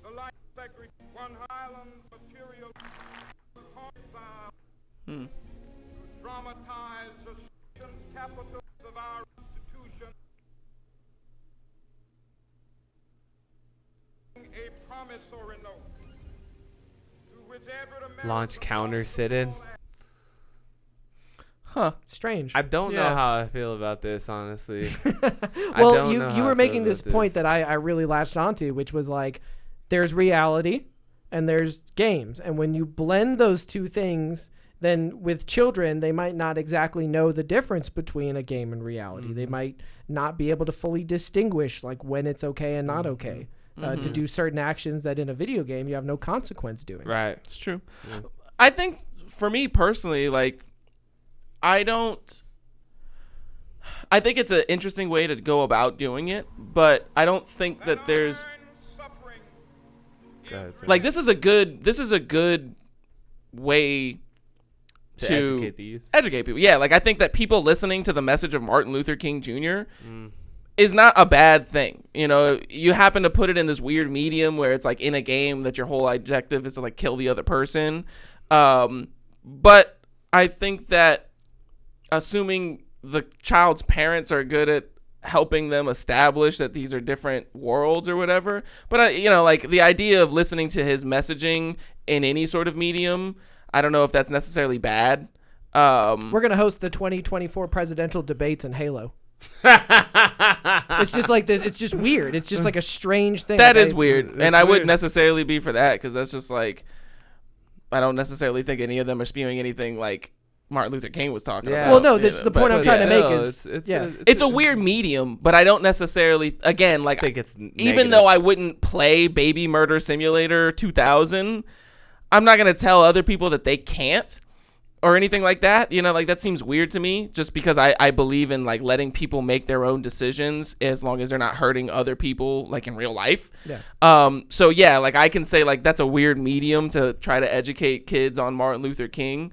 But considering how many kids play Fortnite, it doesn't surprise me that they came up with that. I think it's weird, but it doesn't, like, that makes sense. Like, I could put myself in the meeting where they're like, yo, we should do this Martin Luther King thing and help expose more kids to it or whatever. And I'm like, hey, yeah, you know, like, I'm waiting for not like we don't have like a whole like month-long thing in school. You know what McDonald's I mean? Like is gonna have the Harriet Tubman meal. Yeah, like it's just yeah, these very strange cross pollinations. Which, like you said, I get because they're trying to meet you where you're at and stuff like that. But you know, it feels like the movie Idiocracy to me. I gotta show y'all. That's exactly what it is. I gotta show y'all this game I caught my kid playing, and I was just like, absolutely fucking not. Hello everybody, my name is Markiplier and welcome back to Yandere Simulator. Okay, so this game has been requested for a long time now, and I'm starting to get an idea why. You play as a yandere, one of those Japanese super obsessed with senpais. Thankfully, I don't think I have any yanderos, so I should be fine. And what we're gonna be doing Is You see it keep flashing. Why can't I do a new game? Why is it only resume game? Not a simulator. Declare my love to my senpai. Notice me! Oh, okay. That's a little weird. Girl wears white panties. She must be a pure and innocent angel.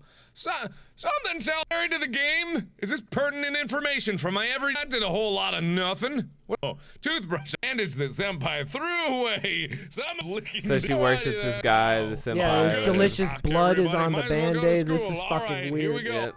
Hello. Good. Now she How's the walks through declaration school. Done? Senpai? Ooh. Can I take a picture? Kabuchki. Hello. Hi. How's it going? Stalking. What do I?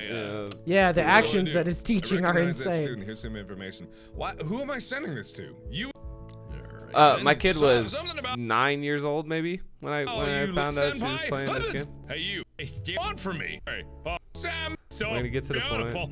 Oh, he's so dreamy. She's stalking him. She's God. like coming So obsessed with weird. him. You weirdo. Why senpai with your mate? Everybody. But I really am prettier.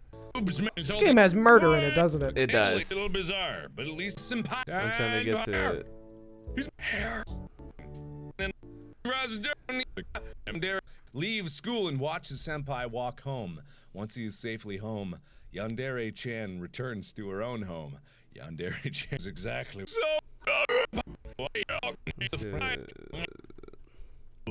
They might not show the murder on YouTube, but it looks Yeah, like there's that's murder. possible. Oh, Oh, no, there it is. there's There's the murder. murder. There it is. I was about to say they don't show murder on YouTube. What are you talking about? I do a little bit of Okay, so she's got a sword. Ha! Whoa! Okay. Whoa! Whoa! Whoa! Whoa! Other girls that might Whoa. be like getting the Whoa. attention of the senpai or Whoa. whatever, you go and you Whoa. murder them. Whoa! You didn't see anything, you weird. Dump away. And you just dump the body. I get to put it out from Clean up your mess. Wow, dude. Red. I mean, this is essentially what I was talking about with, like, are there games that are detrimental? Because this is a game that is aimed at children that is essentially obsessive murder simulator. Do you want to be a serial killer, little girl? Stalker girl, like that murders any competition with your boyfriend or a person that you love. You know, and like you say, okay, do I see it I'm playing shook. out to That's where wild. it shook it, dude? And I mean, like I said, now this isn't just something I heard on a podcast. It's like, this is my real life. Like, I was looking over the show. I'm like, the fuck you doing? What is that?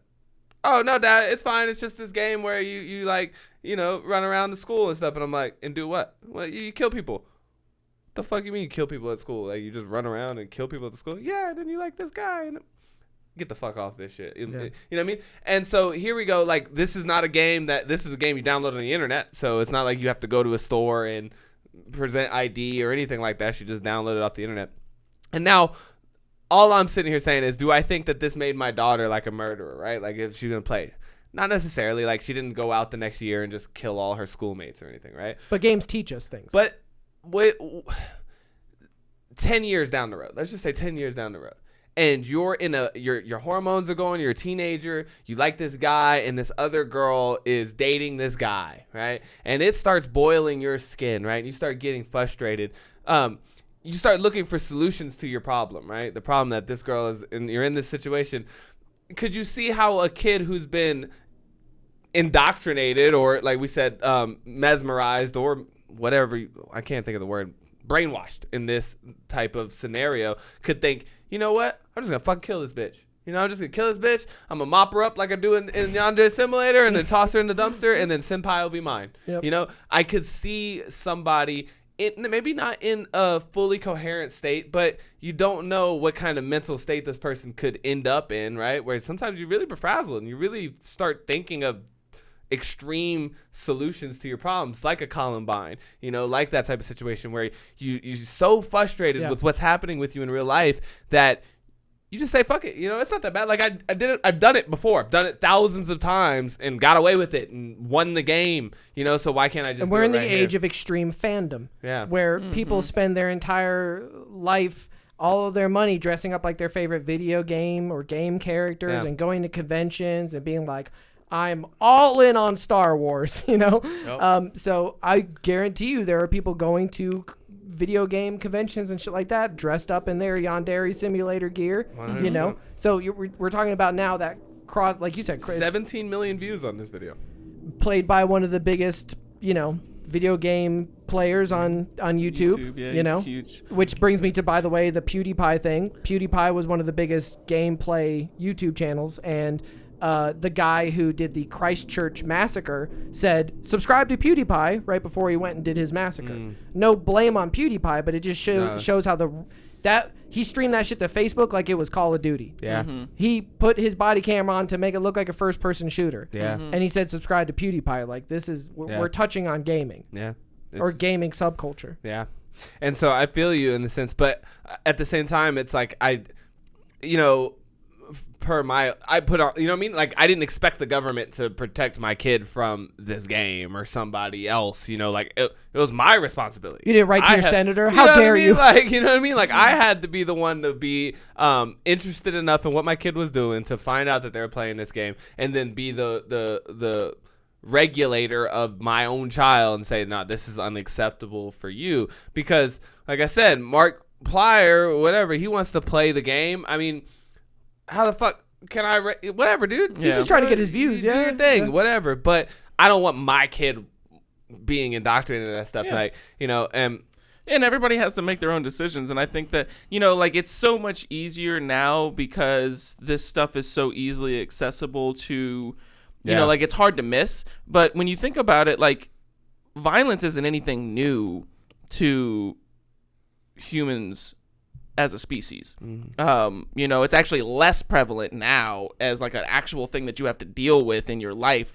than times in past. And I think that, like, one of the things that you would have to do, like a rites of passage for young men or young boys, really, would be like your whole tribe would take you out into the jungle and they drop you off with like a stick that they sharpen for you, and they were like, you got to come back with a lion or you're not allowed to come back. And it's like, oh shit, like, this dude's fucking 12. What are you talking about? And like, that shaped in their whole culture or whatever. And so, like, I think that really what it comes down to is, like, you could read a violent book and this could happen. You could watch a violent movie and it could happen. I think that the level of engagement of a video game, you could say, maybe plays in a little bit more. Right. Especially if you start talking about like V8, like VR, and you're doing it in VR. And so you're actually acting through the motions rather than just like controlling something with a controller. And so I see how people take a very interesting look at video games specifically when they think about these kinds of things.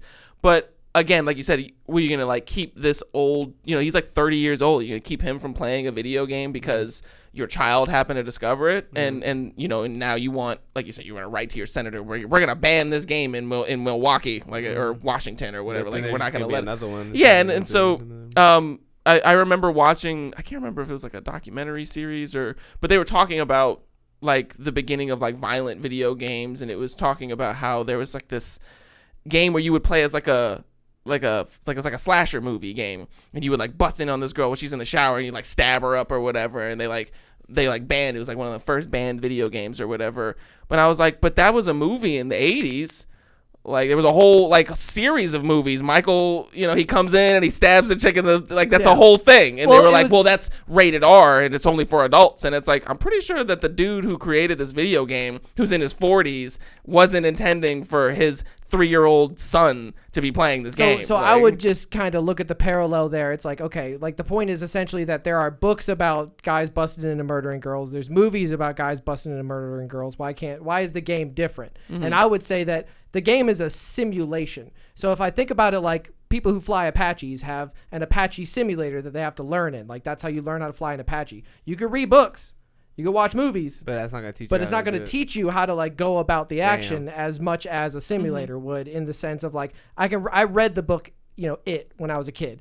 And it did scare me and fuck me up and probably make me have a darker sense of humor or shit like that. Maybe I saw the movie Alien and was like kind of into the violence of murdering the aliens. But when you get to Halo, now it's a simulator. Like, it looks like you have a gun in your hand. So it's like there's a level there, I think, that video games push, like a limit that they push, where it's like you can get to the point where you said virtual headset and you're holding two sticks that feel like like batons, and you're in Or a Riot plastic Simulator, gun that and you you're just run around bashing and- people's heads. We in, played it when we went to that go-karting place. We Full- and I was put on fully the thing, immersed. and we were Laser literally, tag. me and him played co-op at the same time, shooting these, like, I don't know, it was like a military simulator thing, but like it was like we were military guys, and we're out there like akimbo wielding Uzis and like just shooting these other human beings in VR. And we were in one of those ones where like you strap in and you like run with those special shoe things. And so we're like literally acting out the act of like shooting people. But you know, interestingly enough,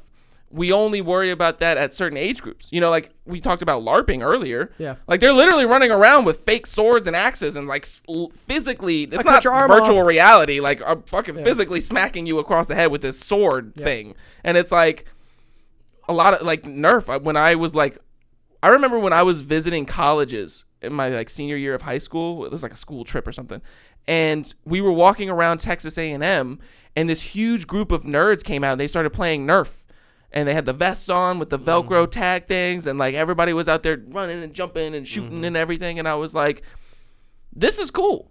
These are grown, adult-ish men, you know, 19 through 22 or whatever. Yeah. Well, because, you know, even though you're, like, legally an adult, like, you're, like, men, like, Sometimes our it brains takes a long time to literally mature. aren't matured physically until we're, like, in our mid-20s. Sure. So it's like, you know, we have to have some sort of a legal line, and we've considered it 18. So legally, these are adults, and they're engaging in this fake violence where they're shooting each other with projectiles War games. and pretending to be dead. Yep. And it's like, that's fine because they're like old enough. We assume that these people are old enough to decipher the difference, but the children aren't. And so that's why we're so very keened in on the children. Like, we got to make sure that these kids aren't out here like pretending to kill each other, TVMA you know? play. Yeah, because it's, you don't know how that's going to take hold in the development of that child because they're so susceptible to all kinds of different influences at those young ages.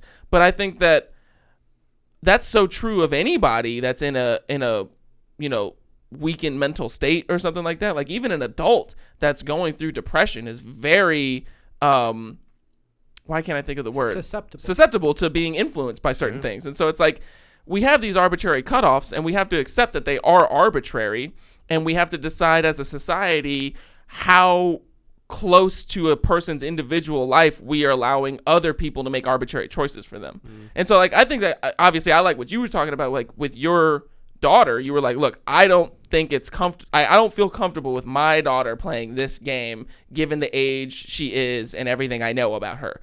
I think you're in the best you're in the best position to make that decision because you know your daughter, you know how she thinks, and like you've known her your whole life. So it's like, I think that letting individuals make those decisions is the best, because when you start doing it on a societal scale, now you're repressing people that may lash out against that. I want to make the counterpoint though, which is that and like you said, I obviously agree, right? But the counterpoint there is I had to find out that she was playing this game, and I don't necessarily know how long she was playing the game until I found out, right? So I understand, like, if it were something that were regulated, right, like how access could be diminished. So my point is, if there's thousands of these games out here, right, and every day or every other day her friends are turning her on to this new version of this game that's essentially the same thing, it makes it hard for me as a parent to police my child. Then now I have to really be on my child's ass 24/7, which, you know, some people would say you should be anyways. But, well, it used to be that, you know, you had to rent a video game or you had to Right. buy a video game. Yeah. It wasn't instantly accessible Yeah. on your phone and tablet. right, and, at all times, Yeah. anytime. So, like, you know, if I go to bed or something, or I'm not in the room, she could easily just pull it up, you know. And so I do, you know, I see both sides, right? Like, it's just like we talked about with reffing and stuff. Like, it's very, it's a thin line, and I totally acknowledge the fact that the internet and the openness of it and how easily accessible it is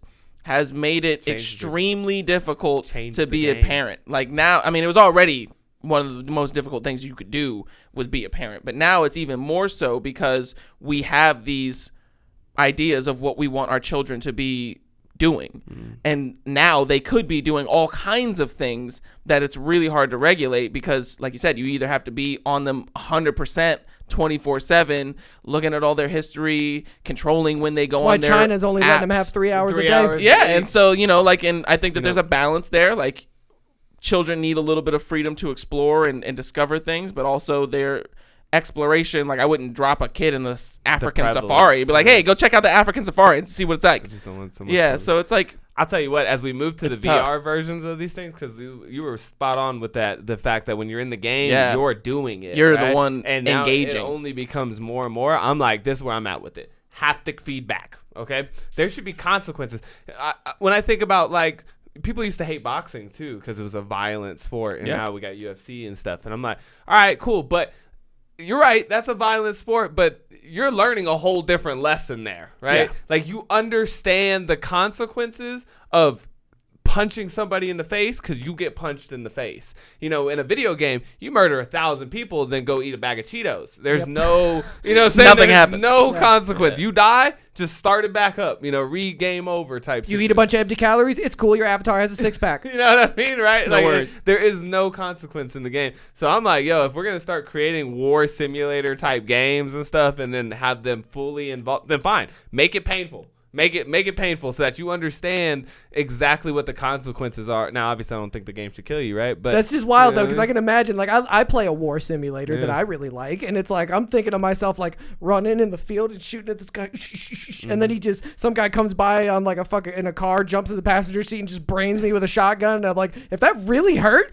I would never play that game again. I would delete that game. If I was, like, in it and having fun, and then somebody just punch me in the side of the head and I get riddled with fake haptic feedback pellets, I'm done. It's the last time I'm playing Murder Simulator. Right. And I feel like that's.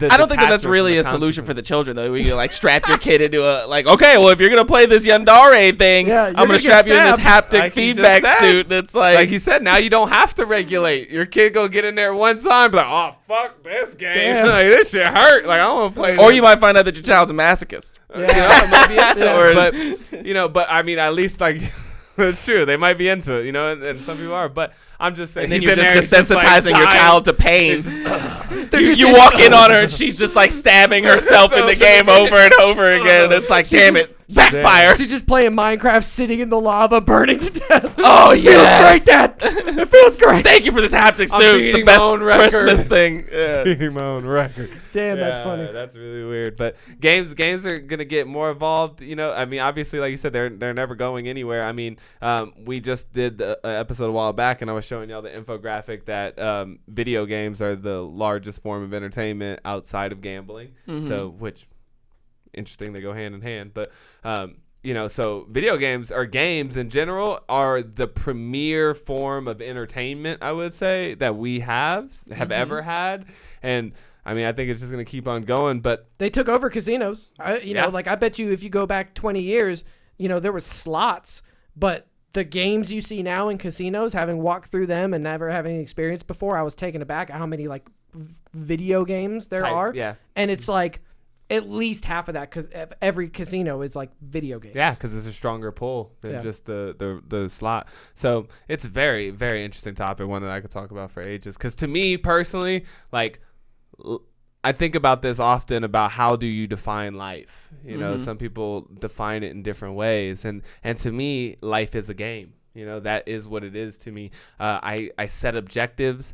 I have clear rules and constraints, and I'm always constantly trying to pursue my objectives and Find new strategies. strategies to develop my skills within the game, whether that be the game of getting money or the game of Plus 3 social budgeting influ- skills. Yeah, you know what I mean? We Social joked about that a influence. long time ago. Yeah. We used to have the bit, and it was about clothes, where it was like you get the new shoes, and it's like you get the little +2 foot attribute. You know what I'm Right, saying? right, Like we right. used to Yeah. joke about that a lot, but it's like that is the game of life. It is. Yeah. Those new clothes might give you more confidence, +1 confidence. Plus one, Like, gained, X plus strength skill for hitting Yeah. the gym, and so that's even that too, right? Like I look at life as collecting different skills so that my little avatar here is better at doing life shit. So, but some people are not. Some people are maybe more watchers, and to them life is a ride, or life is like a movie.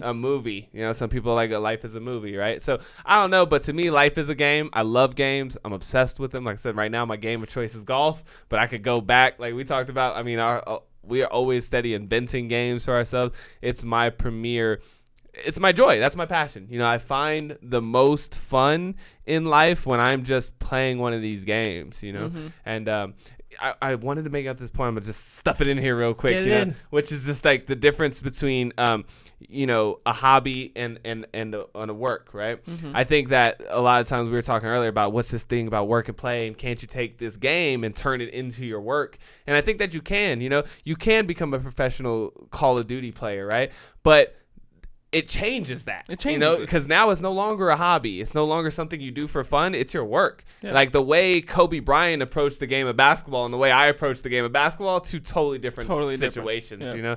So, I always kind of dream one day I'll take one of these games and make it my work, but who knows? But, I just want to throw that caveat out there. There's a flip side to that I want to touch on too, where it's like, if you go overseas to work on helicopters for one of these big companies, your boss controls your actions to an extent. So if you want to make that work into a game, you're not in control of the rules. You're not in control of your avatar. Your avatar has got to be from here to here, from there to there, to do this to that for this guy up here to make the profits. So I'm just kind of saying, like, there's a difference between hobby and work in a sense of, like, in your hobby, you get to make the decision. Like, I want to play a game with these rules. But at work, it's like, those rules are set for you by somebody else if you have a boss. The way I see the difference is, do you do it for yourself or do you do it for somebody else? Right? Because again, work is just creating value in the world. That's all work is, right? So it's like whether you create a product or you offer a service, but it's always geared towards doing something for somebody else. So if you play the game because you just have so much fun and it's all for you and just like, oh, I love playing my game, right? But you don't give a fuck if somebody enjoys watching you play, or if, like you're teaching somebody else how to play. Like if it's just solely for you, then I think it's a hobby. But like I said, when Kobe Bryant or somebody takes on that job of like, this can be my work, now it's about how can I entertain other people with my basketball skills? How can I, create value in the world using this basketball skill? So that's what I see it as, because even in the sense of like having a boss, he's the referee, really. I'm still playing the game. I still tell my boss to go fuck himself. You know what I mean? I'll still punch my coworker if I want to. Disqualified. You know what I mean? I was red card. Hey, it was hella against the rules to smoke weed, but your boy was out there chiefing like a boss, So it's doping. Like, that's all it is. Yeah. So I'm still playing my game within the constraints of that. Like ain't the cheating rules. If you don't get caught. That's a whole nother conversation about the cheating aspect of games, but I'll save it for another time. Yeah. Just lastly for me, I think that it's kind of carrying on the back of what you just said, but there's a quote that I really love. I can't remember if it was Jeff Staple. That's the name coming to my head. I think that's him. But he said, don't ruin your hobbies by making them goals oriented. And I think that that's very true. Like when you make something that you love doing your work, there is an aspect, there's a slight change that happens. It's no longer because play. Now it's no longer play. It's fun work, which is nice. Fun work is better than boring work. Yeah, right. But it's not the same as play. It's totally different. So just keep that in mind. Which is because, like you said, you think about it like Michael Jordan. Work, basketball. Fun work. Loves that.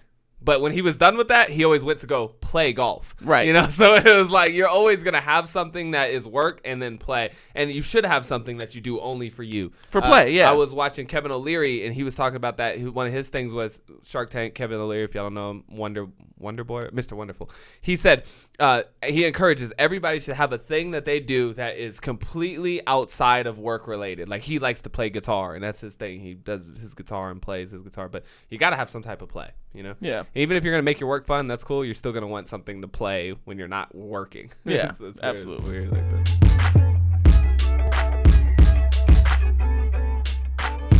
So games, like you said, games is a great part of the discussion, man. I'm going to continue to play games. I do appreciate regulation on my children and how they're exposed to not just games, but all types of media, only because of their little poor developing brain. That's all I'm getting at. Tiny here. little stupid baby You know, brains. Yeah, stupid stupid little baby baby brain. brains that don't really get it, you know. So like, wait till they get it, and then let them loose on society like we do everybody else. They're easily manipulated. If Yeah. you ever try to convince a 5-year-old that something's bad for them, you know what I mean? Like, you could manipulate. And now I even have to consider what kind of memes my kid's being exposed to, because as we were saying too, that could also be a seed of an idea. I could completely radicalize my child off of something. I was just thinking when you brought up the whole Fortnite and Martin Luther King thing. I was thinking how I could, like, I don't know, like, this just flashed into my head where these like racist alt-right dudes would set up like a small rural town as like a experience segregation town. Yeah. Where they literally segregate black and Yeah. white people and be like, it's all about educated it's a people. game.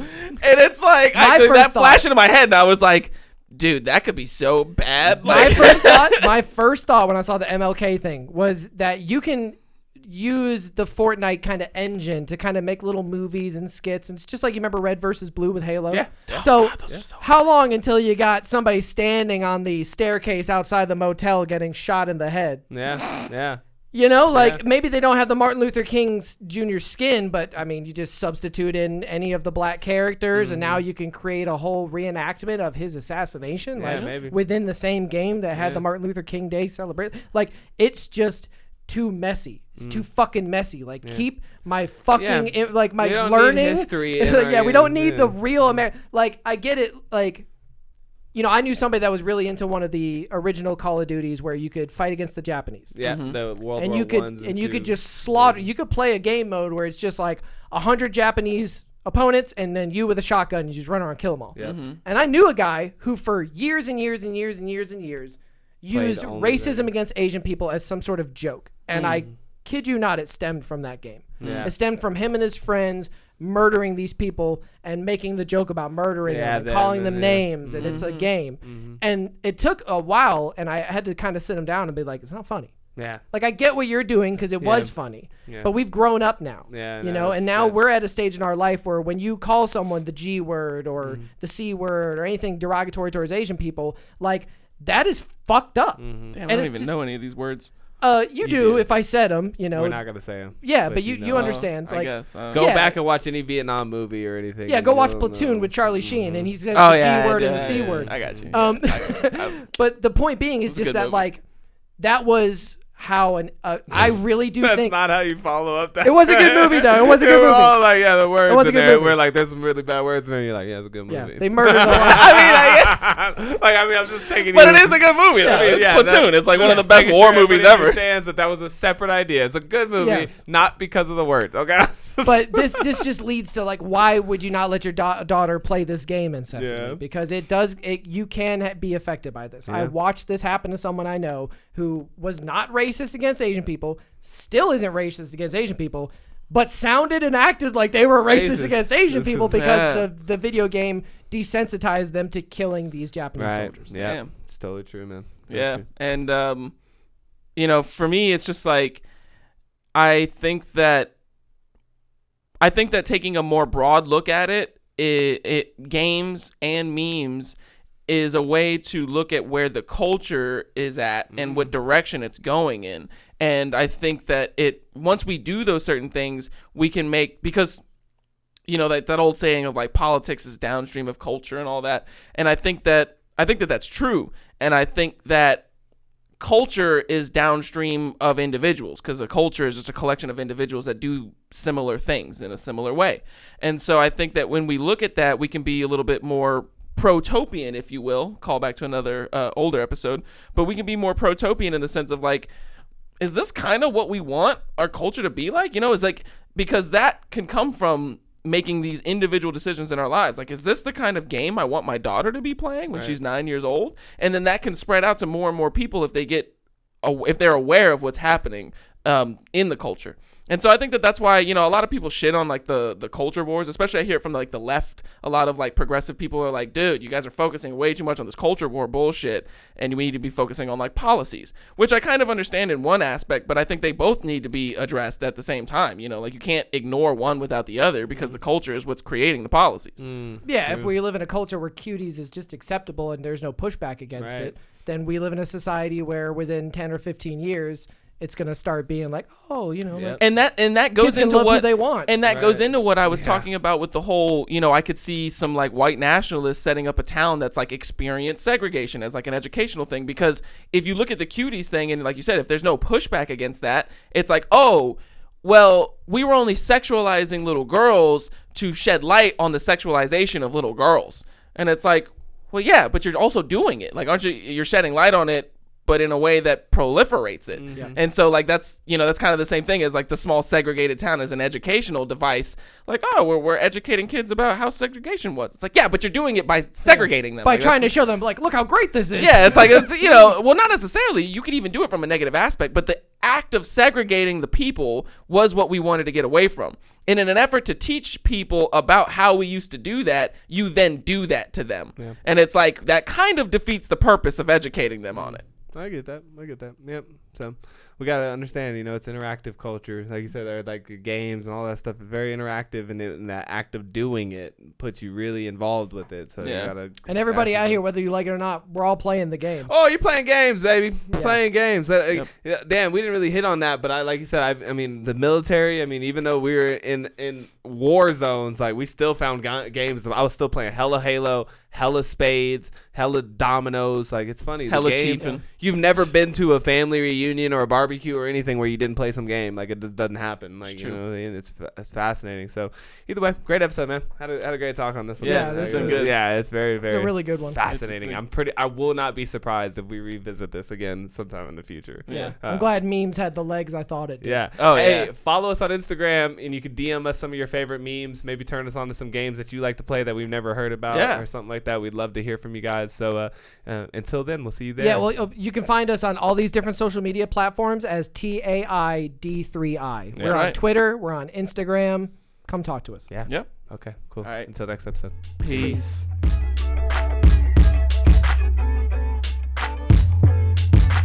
Just when I think you couldn't possibly be any dumber, you go and do something like this.